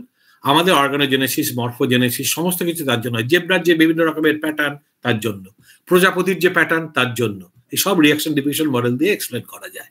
এই সেটাকে আমরা এস্টাবলিশ করার চেষ্টা করলাম। ওরে কি করলো, একটা ডিফারেন্সিয়াল ইকুয়েশনটাকে লেখা হলো, যেখানে প্যারামিটার থাকছে, যেহেতু একটা 3 ডাইমেনশনাল গ্রোথ, কাজে এক্স অ্যাক্সিস আর ওয়াই ধরা হয়েছে, এখানে কোনো জেড নেই। এই যে ফাংশন একটা টাইম ফ্যাক্টর আছে তার জন্য তাই। দুটো জিনিসকে ধরা হচ্ছে, একটা হচ্ছে নিউট্রিয়েন্টের ডিফিউশন, সেটাকে ধরা হচ্ছে একটা লিনিয়ার, আর ব্যাকটেরিয়াল ডিফিউশনটাকে ধরা হচ্ছে non linear. It has to be non linear, কারণ it's not following any linear pattern. Am I right? যারা ফিজিক্সের লোকেরা বুঝবে। এবং সেইভাবে একটা ইকুয়েশন ড্র করা হলো, করে তাকে সিমুলেট করা হলো। এটা কিন্তু ব্যাকটেরিয়া না, এটা কিন্তু কম্পিউটার সিমুলেশন। অনেকটা দেখতে ওরকম নয় কি, পুরোটা কখনোই হয় না। এগুলোকে দেখো এটাকে অনেকটা এরকম দেখতে কিনা। সেই জিনিসটা কিন্তু আস্তে আস্তে দেখো ভাঙছে, আস্তে আস্তে ফেটে যাচ্ছে, ফেটে এরকম জায়গায় এলো। ব্যাকটেরিয়াল যেটা ডিফিউশন বা ব্যাকটেরিয়াল মুভমেন্টটাকে তুমি যদি রেস্ট্রিক্ট করো, তবে কিন্তু আস্তে আস্তে এরকম হয়ে যাচ্ছে। তার মানে ওই যে প্যাটার্নটা আমরা পেয়েছি, ফিজিসিস্ট আমাদের বলে দিল এইসব ক্যালকুলেশন করে, সিমুলেট করে, ইকুয়েশন করে, ঠিক আছে, কোলাবোরেট করে আমাদের সাথে, আমরা বললাম এইটা ফ্যাক্টর হতে পারে, তখন এটা বলে দিল এই যে জিনিসটা হচ্ছে এটা রেস্ট্রিক্টেড মোটিলিটির জন্য হচ্ছে। তাহলে বন্ধুরা, আমরা জানি মোটিলিটির জন্য কে দায়ী? ফ্ল্যাজেলা দায়ী। তাহলে কি এটা ফ্ল্যাজেলা চলে যায় গ্লুকোজের প্রেজেন্সে? দেখো কি হয়, যখন কন্ট্রোল ব্যাচিলাস গুলো এরকম ভাবে থাকে ছড়িয়ে ছিটিয়ে, যখনই 1% গ্লুকোজ, তখন তারা একসাথে হয়ে যাচ্ছে, এরকম ভাবে তারা চেষ্টা করছে। এবং আমরা এসিএমও দেখলাম তাই, এবং ট্রান্সমিশন ইলেকট্রোমাইক্রোস্কোপ করে দেখলাম এর যে ফ্ল্যাজেলা আছে, গ্লুকোজের প্রেজেন্সে ফ্ল্যাজেলাটা চলে যাচ্ছে, একেবারে এক ধরনের ক্যাটাবলিক রিপ্রেশন। যেহেতু এটা রিপ্রেসড হয়ে গেছে, তৈরি করতে পারছে না, কিন্তু খাবার খেতে হবে, আমার বাঁচতে হবে, এই প্রবণতায় তারা সামহাউ অ্যাসোসিয়েটেড হয়ে তারা এগিয়ে যাচ্ছে। এই অ্যাসোসিয়েশনটা কিন্তু need not to be codon sensing, এটা অন্য মেকানিজমেও হতে পারে, so you should not be bias. তাহলে তাই যদি হয় বন্ধুরা, এটা একটা দারুণ স্ট্রেন। এই গ্লুকোজ খাচ্ছে না, এটা দিয়ে তো বিরাট কিছু আমাদের উপকার হয় না in terms of translational research. এটা আন্ডারস্ট্যান্ডিং আমাদের সাহায্য করছে। It help us to understand যে ফ্ল্যাজেলেশন ডিপ্লাইজেশন ক্যান মনিটর ইট। কাজে আবার একই যদি অ্যানালজিটাকে আমি ইম্পোজ করি, যে যদি রেস্ট্রিক্টেড মোটিলিটি হয় অন এ সারফেস, তাহলে কি এটাকে হেল্প করবে to have a biofilm as a 3 dimensional hub. তখন আরেকজন এসে জয়েন করলো, তার হচ্ছে সুস্মিতা ঝা, ও এখন ওয়েস্ট বেঙ্গল গভর্নমেন্টের মেডিকেল ইয়েতে রয়েছে, কি বলে ডিভিশনে, ইজ নট এ ডক্টর। ও তখন দেখলো যদি আমি গ্লুকোজ বাড়াই, হ্যাঁ বন্ধুরা, গ্লুকোজ বাড়ালে আস্তে আস্তে বায়োফিল্মটা দেখো বেড়ে যায়। এটা কিন্তু বায়োলিন কম না, এটা কিন্তু হাইলি এটা এনলার্জড, একে বলে ক্যানোপি। এখানে কিছু ব্যাকটেরিয়া নিজেরা মরে যায়, একে বলে altruism for the sake of the society. এইখান থেকে কিন্তু খাবার যায় এবং এখান থেকে বর্জ্য পদার্থকে বের করে দেয়। এই দেখা গেল যে হ্যাঁ, যখনই আমি রেস্ট্রিক্ট করছি এর সোয়ার্মিংটাকে অ্যাজ এ মাল্টিসেলুলার ব্যবহার, সে আরেকটা মাল্টিসেলুলার ব্যবহারে যাচ্ছে। সেখানে একটা কোনো পিভটাল সুইচ আছে, বুঝতে পারছো? তখন একসাথে তোমরা দল বেঁধে যেমন যাচ্ছিলে, সেটা এক ধরনের একটা মাল্টিসেলুলার। যেই একটা পুলিশ টিয়ার গ্যাস করলো, তোমরা সবাই একসাথে জড়ো হয়ে একজন একজনকে জড়িয়ে ধরে থাকলে, ঠিক আছে, টু প্রোটেক্ট ফ্রম দ্যাট। দুটোই কিন্তু ব্যবহার, but that is a switch, that should be a cue, that should be an understanding, that should be a sensing, যে কখন আমি কোনটা করব। সেই কোন সেন্সিংটা কাজ করছে, আমার রিটায়ার করার 1.5 বছর আর বাকি আছে বন্ধুরা, মাই অনেস্ট কনফেশন, আমি আজও বের করতে পারলাম না। হয়তো পরবর্তীকালে কেউ করবে, I am trying my best. কিন্তু কি কি জিনের এক্সপ্রেশন হয়, কি কি আপরেগুলেটেড হয়, আমরা সেগুলোকে দেখেছি। যে ব্যাকটেরিয়াল ডিভিশন বলো, সেল বেড়ে যাওয়ার জন্য কি দায়ী, স্পোরুলেশন হয় কিনা, এর মধ্যে কোরাম চেঞ্জিং ইনভলভ কিনা, আমরা দেখেছি হ্যাঁ, quorum changing is very much involve এর মধ্যে, ঠিক আছে। এবং কোরাম চেঞ্জিং হেল্প করে একে স্প্রেড করার জন্য। সেটাকে আরেকটা ভাবে দেখা গেল যে হ্যাঁ, যখন এটা স্প্রেড করে, একটা স্ট্রেন আছে, তারা নিজেদের মধ্যে কিছু ন্যানো টিউব তৈরি করতে পারে to show the cross communication. So other than flagella, pilus, আর একটা নতুন জিনিস আবিষ্কার হয়েছে, যেটা আমরা আবিষ্কর্তা নই, এর আগে আমরা সার্চ করে দিলাম, আরো কেউ পেয়েছি, আমরাও পেয়েছি, যে এই ধরনের জিনিসগুলো তৈরি করে হেল্প করে এদের সোয়ার্মিংকে, ঠিক আছে, ক্রস কমিউনিকেটকে, টু ডিসাইড আমরা সোয়ার্ম করবো না বায়োটিন তৈরি করবো, ঠিক আছে। এই হলো আরেকটা গল্প। যদি এখানে আমরা আমাকে থেমে যেতে বলেন, আমি থেমে যাবো, নাহলে আমি আরেকটা গল্প বলবো। হ্যাঁ হ্যাঁ স্যার, দেখুন রেগে যাচ্ছে না তো ছাত্ররা? না না, ছাত্ররা আছে, হুকটাপি আছে। এই গল্পটা আমার কাছে সব থেকে ইন্টারেস্টিং গল্প। এই গল্পটার সাথে হয়তো তোমার বায়োরেমিডিয়েশন ডরাচরি যুক্ত নয়, কিন্তু কিভাবে যুক্ত হয়েছিল আমি তোমাদের এই গল্পটা বলবো, তোমরাও বড় হবে। আমরা এই মেয়েটি আমার কাছে ভলেন্টিয়ার হিসেবে ঢুকলো যখন আমি হচ্ছে প্রথম মাস্টারমশাই হাইজার কলকাতাতে, যখন ঘাস আর মাটি ছাড়া আমাদের ইনস্টিটিউটে কিছু নেই। তখন এই মেয়েটা এলো, আমরা এনআইটি বিল্ডিয়ারে আমরা ছিলাম অ্যাজ এ প্যারাসাইট। তখন বললো আমি আপনার সাথে কাজ করব কিছুদিন। কি করবে, আমার একটা ম্যাটারি ব্যাকগ্রাউন্ড আছে, চলো একটা আমরা সল্টলেকের একটা পেট্রোল পাম্প থেকে কিছু মাটি জোগাড় করে নিই, দেখি তার মধ্যে কি ধরনের ব্যাকটেরিয়া আছে, তারা কিভাবে একসাথে গ্রো করে। সেখান থেকে আমরা দুটো ব্যাকটেরিয়াকে আইসোলেট করেছিলাম, একটা হচ্ছে সিডোমোনাস, একটা হচ্ছে ব্যাসিলাস, ঠিক আছে। এবং যখন আমরা আলাদা করে লিকুইডে গ্রো করলাম, দেখলাম যে MSM-S1টা হচ্ছে তোমার ব্যাসিলাস, ইট ইজ ফাস্টার গ্রোয়িং। দেখো আরোটা দেখো, এটা হচ্ছে স্লো গ্রোয়িং, এটা হচ্ছে সিডোমোনাস। তখন আমরা বললাম ওরা তো একই জায়গা থেকে আমরা এদেরকে পেয়েছি, একটা যদি ফাস্টার গ্রোয়িং হয় ওভার দ্য আদার ওয়ান, তাহলে এটা থেকে আউটগ্রো করে দেওয়া উচিত।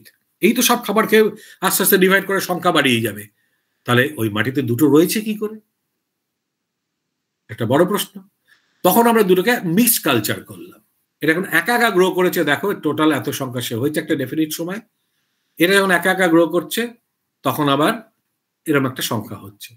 দুটোকে একসাথে গ্রো করলে দেখা যাচ্ছে সংখ্যা কিন্তু তুলনামূলক অনেক কমে যাচ্ছে। তার মানে যখন আমি গ্রো করছি, এই যখন এতগুলো সংখ্যা হতে পারতো, মানে 4 × 10⁹ এতগুলো সেল, তার জায়গাটা নেমে আসছে 1 × 10⁹।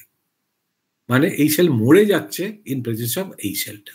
তার মানে সিম্পলিফাই যদি বলি, যদিও এটা স্লো গ্রোয়ার এই তোমার সিডোমোনাস, কিন্তু এর প্রেজেন্সে ব্যাসিলাস মরে যায়, কিন্তু ব্যাসিলাসের প্রেজেন্সে সিডোমোনাস মরে না। তাহলে দেখো, তাহলে আমাদের বায়াস রিসার্চ করলে হবে না। আমরা যদি বলি যে আমাদের ব্যাচেলার সিরিয়াস অনেক ফাস্টার গ্রো করে, তার মানে এরই টু উইন দ্য সিচুয়েশন বলছে না, সিডোমোনাস ওকে মেরে ফেলতে পারে, এই Pseudomonas should win the situation. কিন্তু সেটাও তো বাস্তবে সত্য নয়, কারণ দুটোই বেঁচে আছে। তাহলে আমরা যদি এই স্টেটমেন্টটাকে ড্র করে বসে যে Bacillus cereus grows faster than Pseudomonas, but Pseudomonas wins the competition in a shared space. Is it true? না, এটা ট্রু নয়। তার কারণ দুটোই তো বেঁচে আছে। তাহলে কি করে আমরা সয়েলকে মিমিক করব? যেহেতু আমার কোনো সয়েল কেমিস্ট্রির কোনো ব্যাকগ্রাউন্ড নেই, আমি একজন পিওরলি কেমিস্ট, তোমাদের জন্য বলে রাখি আমি কোনোদিন বায়োলজি পড়িনি। আমার এইচএস আমার বায়োলজি পড়িনি, বিএসসিতে আমি ছিল ফিজিক্স কেমিস্ট্রি ম্যাথ, আমি বায়োকেমিস্ট্রি পড়েছি, পরবর্তীকালে বায়োলজি করি। কাজেই যেটা করতে হচ্ছে আমাকে, যে আমি সয়েলকে কি করে মিমিক করতে আমি জানি না। আমি তখন দেখলাম যে সয়েলের তো কিছুটা মিমিক করি, সয়েলের তো তুমি সাঁতার কাটতে পারো না মাটির মধ্যে, এই kind of A semi solid situation, am I right?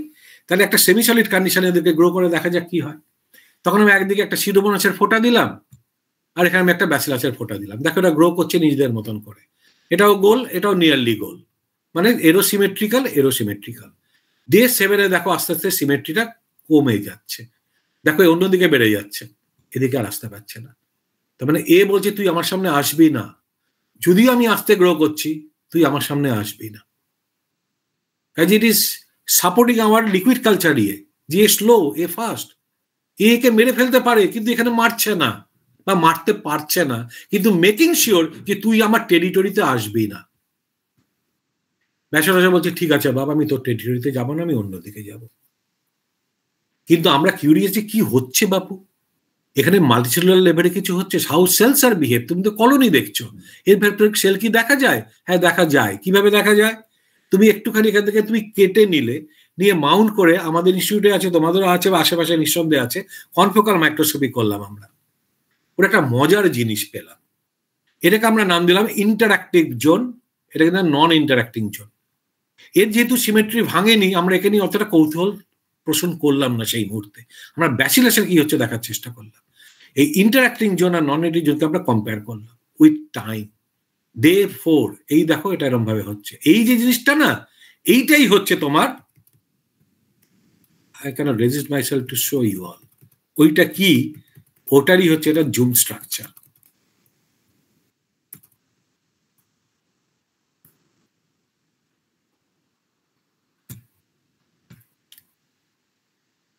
Sorry, কিন্তু এইটাই হচ্ছে এই জিনিসটা, বুঝতে পারছো?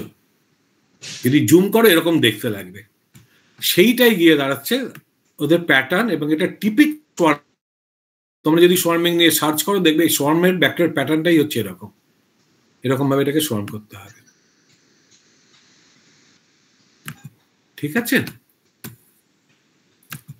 এবং এটা ডে 7 ওর প্যাটার্নটা খুব একটা চেঞ্জ হয়নি, সেল তো মরবে বাপু, কাজে আস্তে আস্তে মরার জন্য এটা এরকম দেখতে লাগছে। এইখানে দেখো এটা যেরকম সোয়ার্ম করছো এবার এরকম হয়ে গেল, তোমরা মিছিল করে যাচ্ছ একটা ডিরেকশনে, সাডেনলি উল্টো দিক থেকে টিয়ার গ্যাস চার্জ করেছে, তখন তো তোমরা মিছিল তো হবে না, তখন চাচা আপনা যান বাঁচা, যে যেদিকে পারো তারা র্যান্ডামলি তারা টার্ন করলো। এরও একটা ফিজিক্যাল টার্ম আছে, কে বলা হচ্ছে jamming. Others it was giving a self similar pattern, এই জ্যামিং করলো, যে যেদিকে পারে চলে গেল। তার মানে they are not liking something here, তাই ওরা চলে যাচ্ছে। কেন? তাহলে কি কিছু ছাড়ছে বাজারে যেটা এরা পছন্দ করছে না, কোনো ইনহিবিটার বা কিছু? তখন আমরা এখান থেকে না আগার চাং কেটে নিলাম, নিয়ে আমরা চেষ্টা করে দেখলাম যে কি হয়। এটারই জুম স্ট্রাকচারটা তোমরা এবার দেখো, এটাকে আমি জুম করে দেখাচ্ছি যে কি হয়। জুম করে যদি দেখাই, দেখো এটার পুরো জ্যামিং হয়ে গেছে, সিউডোমোনাস কিছু চেঞ্জ হয় না, সিউডোমোনাস এত ছোট না বোঝা যায় না, ঠিক আছে? তখন আমরা দেখলাম যে এর মধ্যে একটা কিছু আছে যেটাকে ইনহিবিট করছে। শুধু তাই না, এটা যখন কনফোকাল করেছিলাম এই সেলগুলোকে নিয়ে আমরা এসিএমও করলাম, স্ক্যানিং ইলেকট্রন মাইক্রোস্কোপি। সিউডোমোনাস দেখো কোনো চেঞ্জ নেই, একই রকম দেখতে। এর মধ্যে তোমরা চেঞ্জটা দেখো নিজেরাই খেয়াল করতে পারবে, আমি জোর করে দেখাচ্ছি বলে দেখো না, কিন্তু নিজেরা দেখো সত্যি কিছু পাচ্ছ কিনা। এই সারফেস গুলো রাফ বা কিছু একটা গুটিয়ে যাচ্ছে মনে হচ্ছে, এই যে গুটিয়ে যাচ্ছে না, এটাই হচ্ছে আর্লি স্টেজ অফ স্পোরুলেশন, মানে এটা একটা ডরম্যান স্টেটে একটা গোল্লা মতো হয়ে থাকে, উইস্ট্যান্ড করে সিচুয়েশনটাকে, আবার যখন ভালো সিচুয়েশন আসবে আবার এটা আস্তে আস্তে জার্মিনেট করে আগের মতন হয়ে যায়। তাহলে ব্যাসিলাসের একটা সার্ভাইভাল স্ট্র্যাটেজি, ঠিক আছে তুই আমাকে ভয় দেখাচ্ছিস, তুই আমাকে এসব জিনিসপত্র ছেড়েছিস আমাকে মারার জন্য, তাহলে আমি নিজেকে গুটিয়ে দিই, আমাকে আমার মতো থাকতে দাও, সেই বিখ্যাত গান করে নিজেকে গুটিয়ে নিল।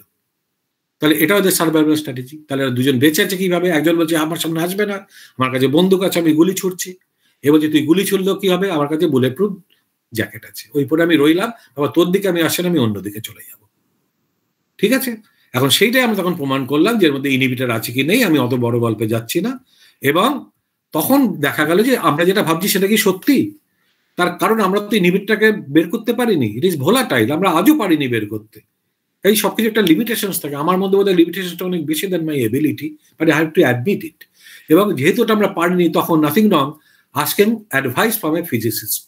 এবং এই ফিজিক্সটা আমার খুব প্রিয় একজন ছাত্র, যদিও ফিজিক্স পড়েছে, আমাদের ফার্স্ট ব্যাচের আনিস মাল্লিক, এত ভালো মানুষ আমি ভেবে খুব কম দেখেছি। বললাম আনিস তুমি কি আমার সাথে যোগ দেবে? বললো হ্যাঁ।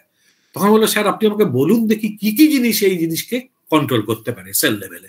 বললাম সেলের ডেন্সিটি, কি ইনহিবিটার, এই সমস্ত হচ্ছে লিস্টেড প্যারামিটার। তোমরা চাইলে আমি তোমাদের এটা শেয়ার করে দেবো, তোমরা পরবর্তীকালে দেখে নিও, এখন অত কচকচিতে যাচ্ছি না। এই সমস্ত বিভিন্ন রকম যে ফিজিক্যাল প্যারামিটারকে আমরা বললাম getting influenced by our biological system আর প্যারামিটার, তখন একে বলা হয় কতগুলো একটা ইকুয়েশন ড্র করলো based on the reaction diffusion model.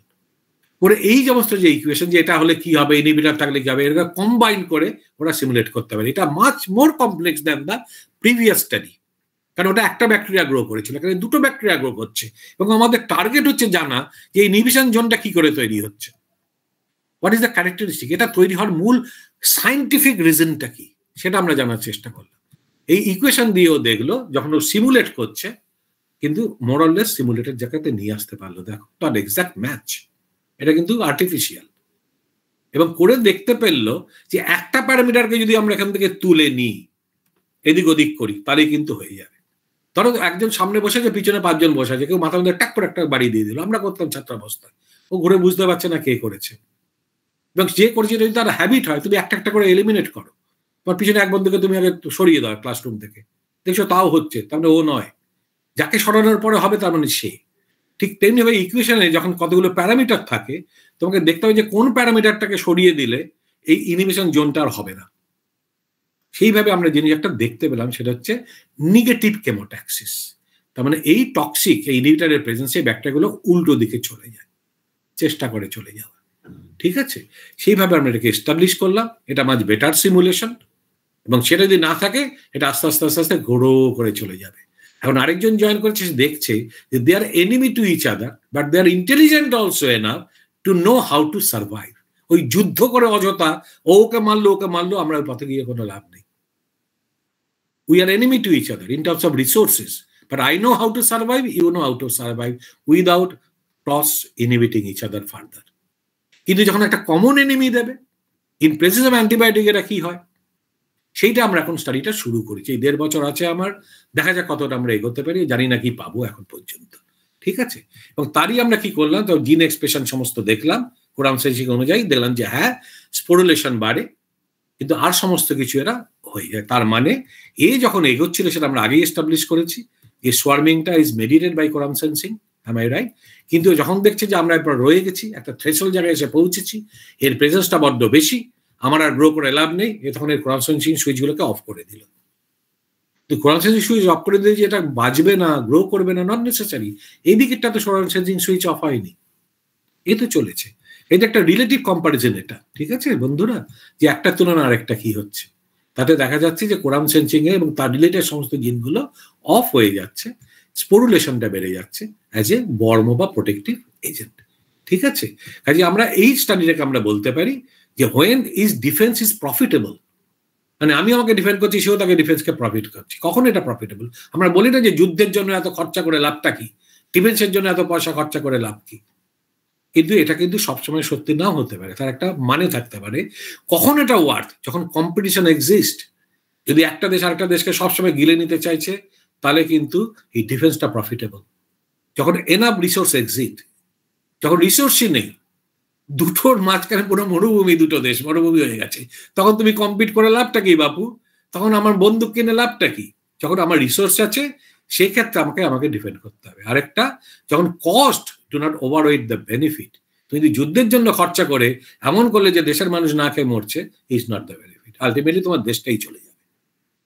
এই নন পলিটিক্যালি স্পিকিং, আমি গিভিং অ্যান অ্যানালজি অনলি। ঠিক আছে, এই যতটুকু বললাম, একটা পার্ট অফ আমি যেটা করার চেষ্টা করছি, সেটা একজনে হয় না, সেখানে অনেক মাস্টারমশাইয়ের প্রযোজ্য। বলরাম রয়েছে ফ্রম কেমিস্ট্রি, ও দেবদীপকে হেল্প করেছে। আন্নাগিরি হচ্ছে আমাদের এই একজন রিয়েল বায়োলজিস্ট, আমি তো রিয়েল বায়োলজিস্ট নই, এই ওর থেকে আমি কম্পিটিশন জিনিসটা বুঝেছি। সুপ্রতিম সেনগুপ্ত আনিশকে হেল্প করেছে।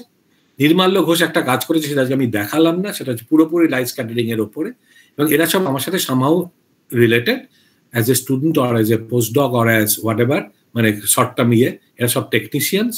এই হচ্ছে আমার সব পাস্ট, আমার সব ছোট বন্ধুরা, যারা এখন সব ভালো ভালো জায়গায় গেছে, আমার জন্য নয়, তাদের নিজেদের গুণে। ঠিক আছে, এই হচ্ছে আমার এখন প্রেজেন্ট স্টুডেন্টস, এই স্ট্রেংথ, এরা এখন কাজ করছে, তাদের কাজ আমি খুব একটা বেশি এখনো বলিনি। আর এই হচ্ছে আমাদের আইজার কলকাতা, বিউটিফুল ক্যাম্পাস, সুযোগ পেলে চলে আসো। Thank you, sir. It was really nice. And the important thing is it was done in a student-friendly way. মানে আমাদের আন্ডারগ্রাজুয়েট স্টুডেন্টসরা I am very sure they have actually enjoyed the same and it was interdisciplinary that is the best thing. Yes sir. Sir আমাকে শোনা যাচ্ছে এখন? হ্যাঁ আমি শুনতে পাচ্ছি। হ্যাঁ হ্যাঁ মাঝে একবার কানেকশনটা এটা আমার এই কানেকশনের সমস্যা এখানে। হ্যাঁ আচ্ছা স্টুডেন্ট তবে প্রশ্ন যা আছে করো, মানে love to question me. Yes মাঝেও অনেকে কোয়েশ্চেন করেছে। যত প্রশ্ন করে আমাকে টলতে পারবে আমি তত খুশি হব, তার কারণ আমি তাহলে ওই জায়গাটাকে আবার নতুন করে কাজ করব। একদম স্যার। আমাদের স্টুডেন্টসরা যদি কোনো কোয়েশ্চেন থাকে you can say. Again, Sneha has a question. Sneha, please unmute yourself and speak. Sir? বলো। স্যার বলছি যে থেরাপিউটিক্স এর ক্ষেত্রে কি ব্যাকটেরিয়াকে লাইভ ভাবে, মানে লাইভ ব্যাকটেরিয়াকে কি কোনোভাবে ইউজ করা যায়? করে লোকে, বলছি তোমাকে কিরকম। ধরো দুটো টার্ম বলছি, একটা হচ্ছে তো অনেক ভাবে করা যায় বলছি তোমাকে। একটা হচ্ছে যদি ব্যাকটেরিয়াকেই যদি ধরো, একটাকে বলে প্রোবায়োটিক, একটাকে বলে প্রিবায়োটিক। প্রিবায়োটিক মানে হচ্ছে এমন কিছু তোমাকে দেওয়া হবে যেটা তোমার নর্মাল ফ্লোরা যে তোমাকে প্রোটেক্ট করছে তাকে বাড়তে গ্রো করতে সাহায্য করলো। ঠিক আছে, যেমন আমি তোমাকে দুটো জিনিস বলে দিচ্ছি, একটা হচ্ছে পেঁয়াজ, একটা হচ্ছে একটু ছোট্ট করে একটু মাখন। মাখন সবসময় খাওয়াটা ভালো না, কারণ আমাদের নর্মাল ফ্লোরা যারা গাটে থাকে they love this two things. আর প্রোবায়োটিক মানে হচ্ছে তোমাকে এমন একটা কিছু ব্যাকটেরিয়া দেওয়া হলো যেটা তোমার কোনো ক্ষতি করবে না, কিন্তু তোমার হার্মফুল ব্যাকটেরিয়ার সাথে কম্পিট করে তাকে আউটগ্রো করবে। এছাড়া ব্যাকটেরিয়ার অজস্র রকমের থেরাপি আছে। লোকে ইভেন ক্যান্সারের এগেইনস্টে ব্যাকটেরিয়াকে কাজে লাগাবার চেষ্টা করছে। ঠিক আছে, কারণ ব্যাকটেরিয়া দিয়ে অনেক রকমের থেরাপি হয়। ঠিক আছে, as they can change the situation, therapy is possible. Okay sir. Yes sir আপনাদের এটা মানে I am asking due to curiosity. আচ্ছা কোনো ওয়াটার, আমাদের একটা প্রজেক্ট আছে for say DBT star college scheme, যেটা আমরা করেছি because Durgapur is an industrial area. So আমরা গ্রাউন্ড ওয়াটার থেকে কালেকশন করে আমরা ইন্ডাস্ট্রিয়াল যে কন্টামিনেশন হচ্ছে গ্রাউন্ড ওয়াটারে সেইটা আমরা বার করেছি, লেড বা এগুলো। বাট আমাদের না মাইক্রোবিয়াল পপুলেশনস এইগুলো বা ইকোলাই যে ডিটারমিনেশন সেইটা if you can help us that will be very nice of you. যেটা করা যায়, আপনি তো দিয়ে তার মধ্যে সব বিভিন্ন মানে দেখছেন যে হার্মফুল কি আছে ইন টার্মস অফ কেমিস্ট্রি। ওই স্যাম্পলটা পেলে দুরকম স্টাডি করা যায়। একটা হচ্ছে বলে মেটাজেনোমিক। ওকে, মেটাজেনোমিক হলে যদি জল হয়, প্রচুর জল লাগে। জল definitely more diluted medium compare to soil. Soil হলে কম লাগে। মেটাজেনোমিক স্টাডিটা আমি করি না, কিন্তু আমাদের একজন কলিগ আছে, I can introduce to him, নাম ইজ পুণ্যশ্লোক বাদুরী। ওই ধরনের এনভায়রনমেন্ট নিয়েই কাজ করে। মেটাজেনোম মানে আপনি কি করছেন, সমস্ত যত ব্যাকটেরিয়া আছে তাদেরকে বাঁচিয়ে রাখার চেষ্টা করে, তাদের হোল জেনোম গুলোকে থেকে আপনি দেখতে চাইছেন তাদের কি কি ভ্যারাইটি আছে। আরেকটা হচ্ছে যে আমি যেটা অ্যাপ্রোচ করি, ওই জলটা নিয়ে আমি গ্রো করে দেখতে পারি যে তার মধ্যে কি আছে। তার মধ্যে 90% ব্যাকটেরিয়া এমনিতে ল্যাবরেটরিতে গ্রো করে না। যারা করলো তারা করলো, যদি ধরুন দেখা যায় ক্যাডমিয়াম কন্টামিনেশন থাকবার চান্স বেশি, বা ধরুন ফেনলের কন্টামিনেশন, তখন আমরা সেগুলোকে মিডিয়ামে দিয়ে সিলেক্টেড কিছু অর্গানিজমকে বের করার চেষ্টা করি যে কেউ আছে কিনা। সেটা আমি করি। একদম স্যার, আমি সেকেন্ডটাতেই একটু বেশি ইন্টারেস্টেড বিকজ আমাদের স্টুডেন্টদের তো আন্ডার গ্রাজুয়েট প্রজেক্টস, সেই জন্য একটু প্রিলিমিনারি লেভেলেই ওরা করলে বেটার হয়। তো ওদেরকে জাস্ট একটুখানি ওরা স্যাম্পল কালেকশনটা ওরা করে নিচ্ছে। দুর্গাপুরে গ্রাউন্ড ওয়াটার পলিউশন একটা খুব বড় সমস্যা অ্যাকচুয়ালি। এত ইন্ডাস্ট্রিজ তো অ্যালং 84 to 85 ইন্ডাস্ট্রিজ, আর সব যে গ্রাউন্ড ওয়াটার হলে আপনাকে এটা করতে হবে। হ্যাঁ বলুন, সরি আমি শুনতে নিতে না। সব যে ট্রিটমেন্ট করে যে ইন্ডাস্ট্রি গুলো যে ওই জল ছাড়ছে সেটা একেবারেই নয়। মানে আমাদের এয়ার পলিউশনের একটা বড় সমস্যা আছেই, গ্রাউন্ড ওয়াটার পলিউশন আছে, এমনি সারফেস ওয়াটারেরও আছে। তো সেইটা যদি বলুন স্যার। হ্যাঁ ঠিক আছে, আমি তো করি বটেই, কিন্তু আপনি কি আমি অনেককে চিনি এনআইটি দুর্গাপুর। হ্যাঁ যদি আপনি মনে করেন যে ডিস্টেন্সটা কম হলে সব থেকে ভালো, then I can knock them. ওদের কেউ আপনাকে হেল্প করতে পারে কিনা। হ্যাঁ, আমাদের সাথে কথা আছে, কিন্তু ওদের এএসটা অ্যাকচুয়ালি চলছে না। এইটা নিয়ে আমরা খুব সমস্যায় পড়েছি যে আমরা সেন্ট জেভিয়ার্স থেকে লেড আর ওগুলো করিয়েছি, কিন্তু আমাদের ওই আর্সেনিকের আর ক্যাডমিয়াম এই দুটো এখন আমাদের আইসিপিএমএস এ আছে, আপনি দেখতে পারেন। আর্সেনিক আমাদের যে আর্থ সায়েন্স ইউনিটে আছে, ওরা আর্সেনিক নিয়ে করতে চাইবে কিনা আমি জানি না, ইট ইজ টু টক্সিক, কিন্তু আমি কথা বলে দেখবো। হ্যাঁ স্যার, ওইটা যদি আমাদের এখানে আইসিপিএমএস আছে, করতে পারেন। হ্যাঁ, তাহলে আমরা তাহলে ফ্রেশ ওয়াটার কালেকশনই স্টুডেন্টদেরকে দিয়ে আমরা করিয়ে নেব, আর ফ্রেশ ওয়াটার কালেকশন নিয়ে তাহলে any faculty member or students can go there and give the sample and they will be able to শুধু আপনাকে তাহলে একটা জিনিস করতে হবে, মানে আপনি কি বলবো, আমার তো বয়স হচ্ছে, আমি ভুলে যাই।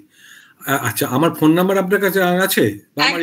আপনি আমাকে একটু রিমাইন্ডার দিয়ে দেবেন, আমি আমার আর্ট সায়েন্সে গিয়ে জিজ্ঞেস করে আপনাকে আমি জানিয়ে দেবো। বেশি একটা ইমেল করে রাখবেন।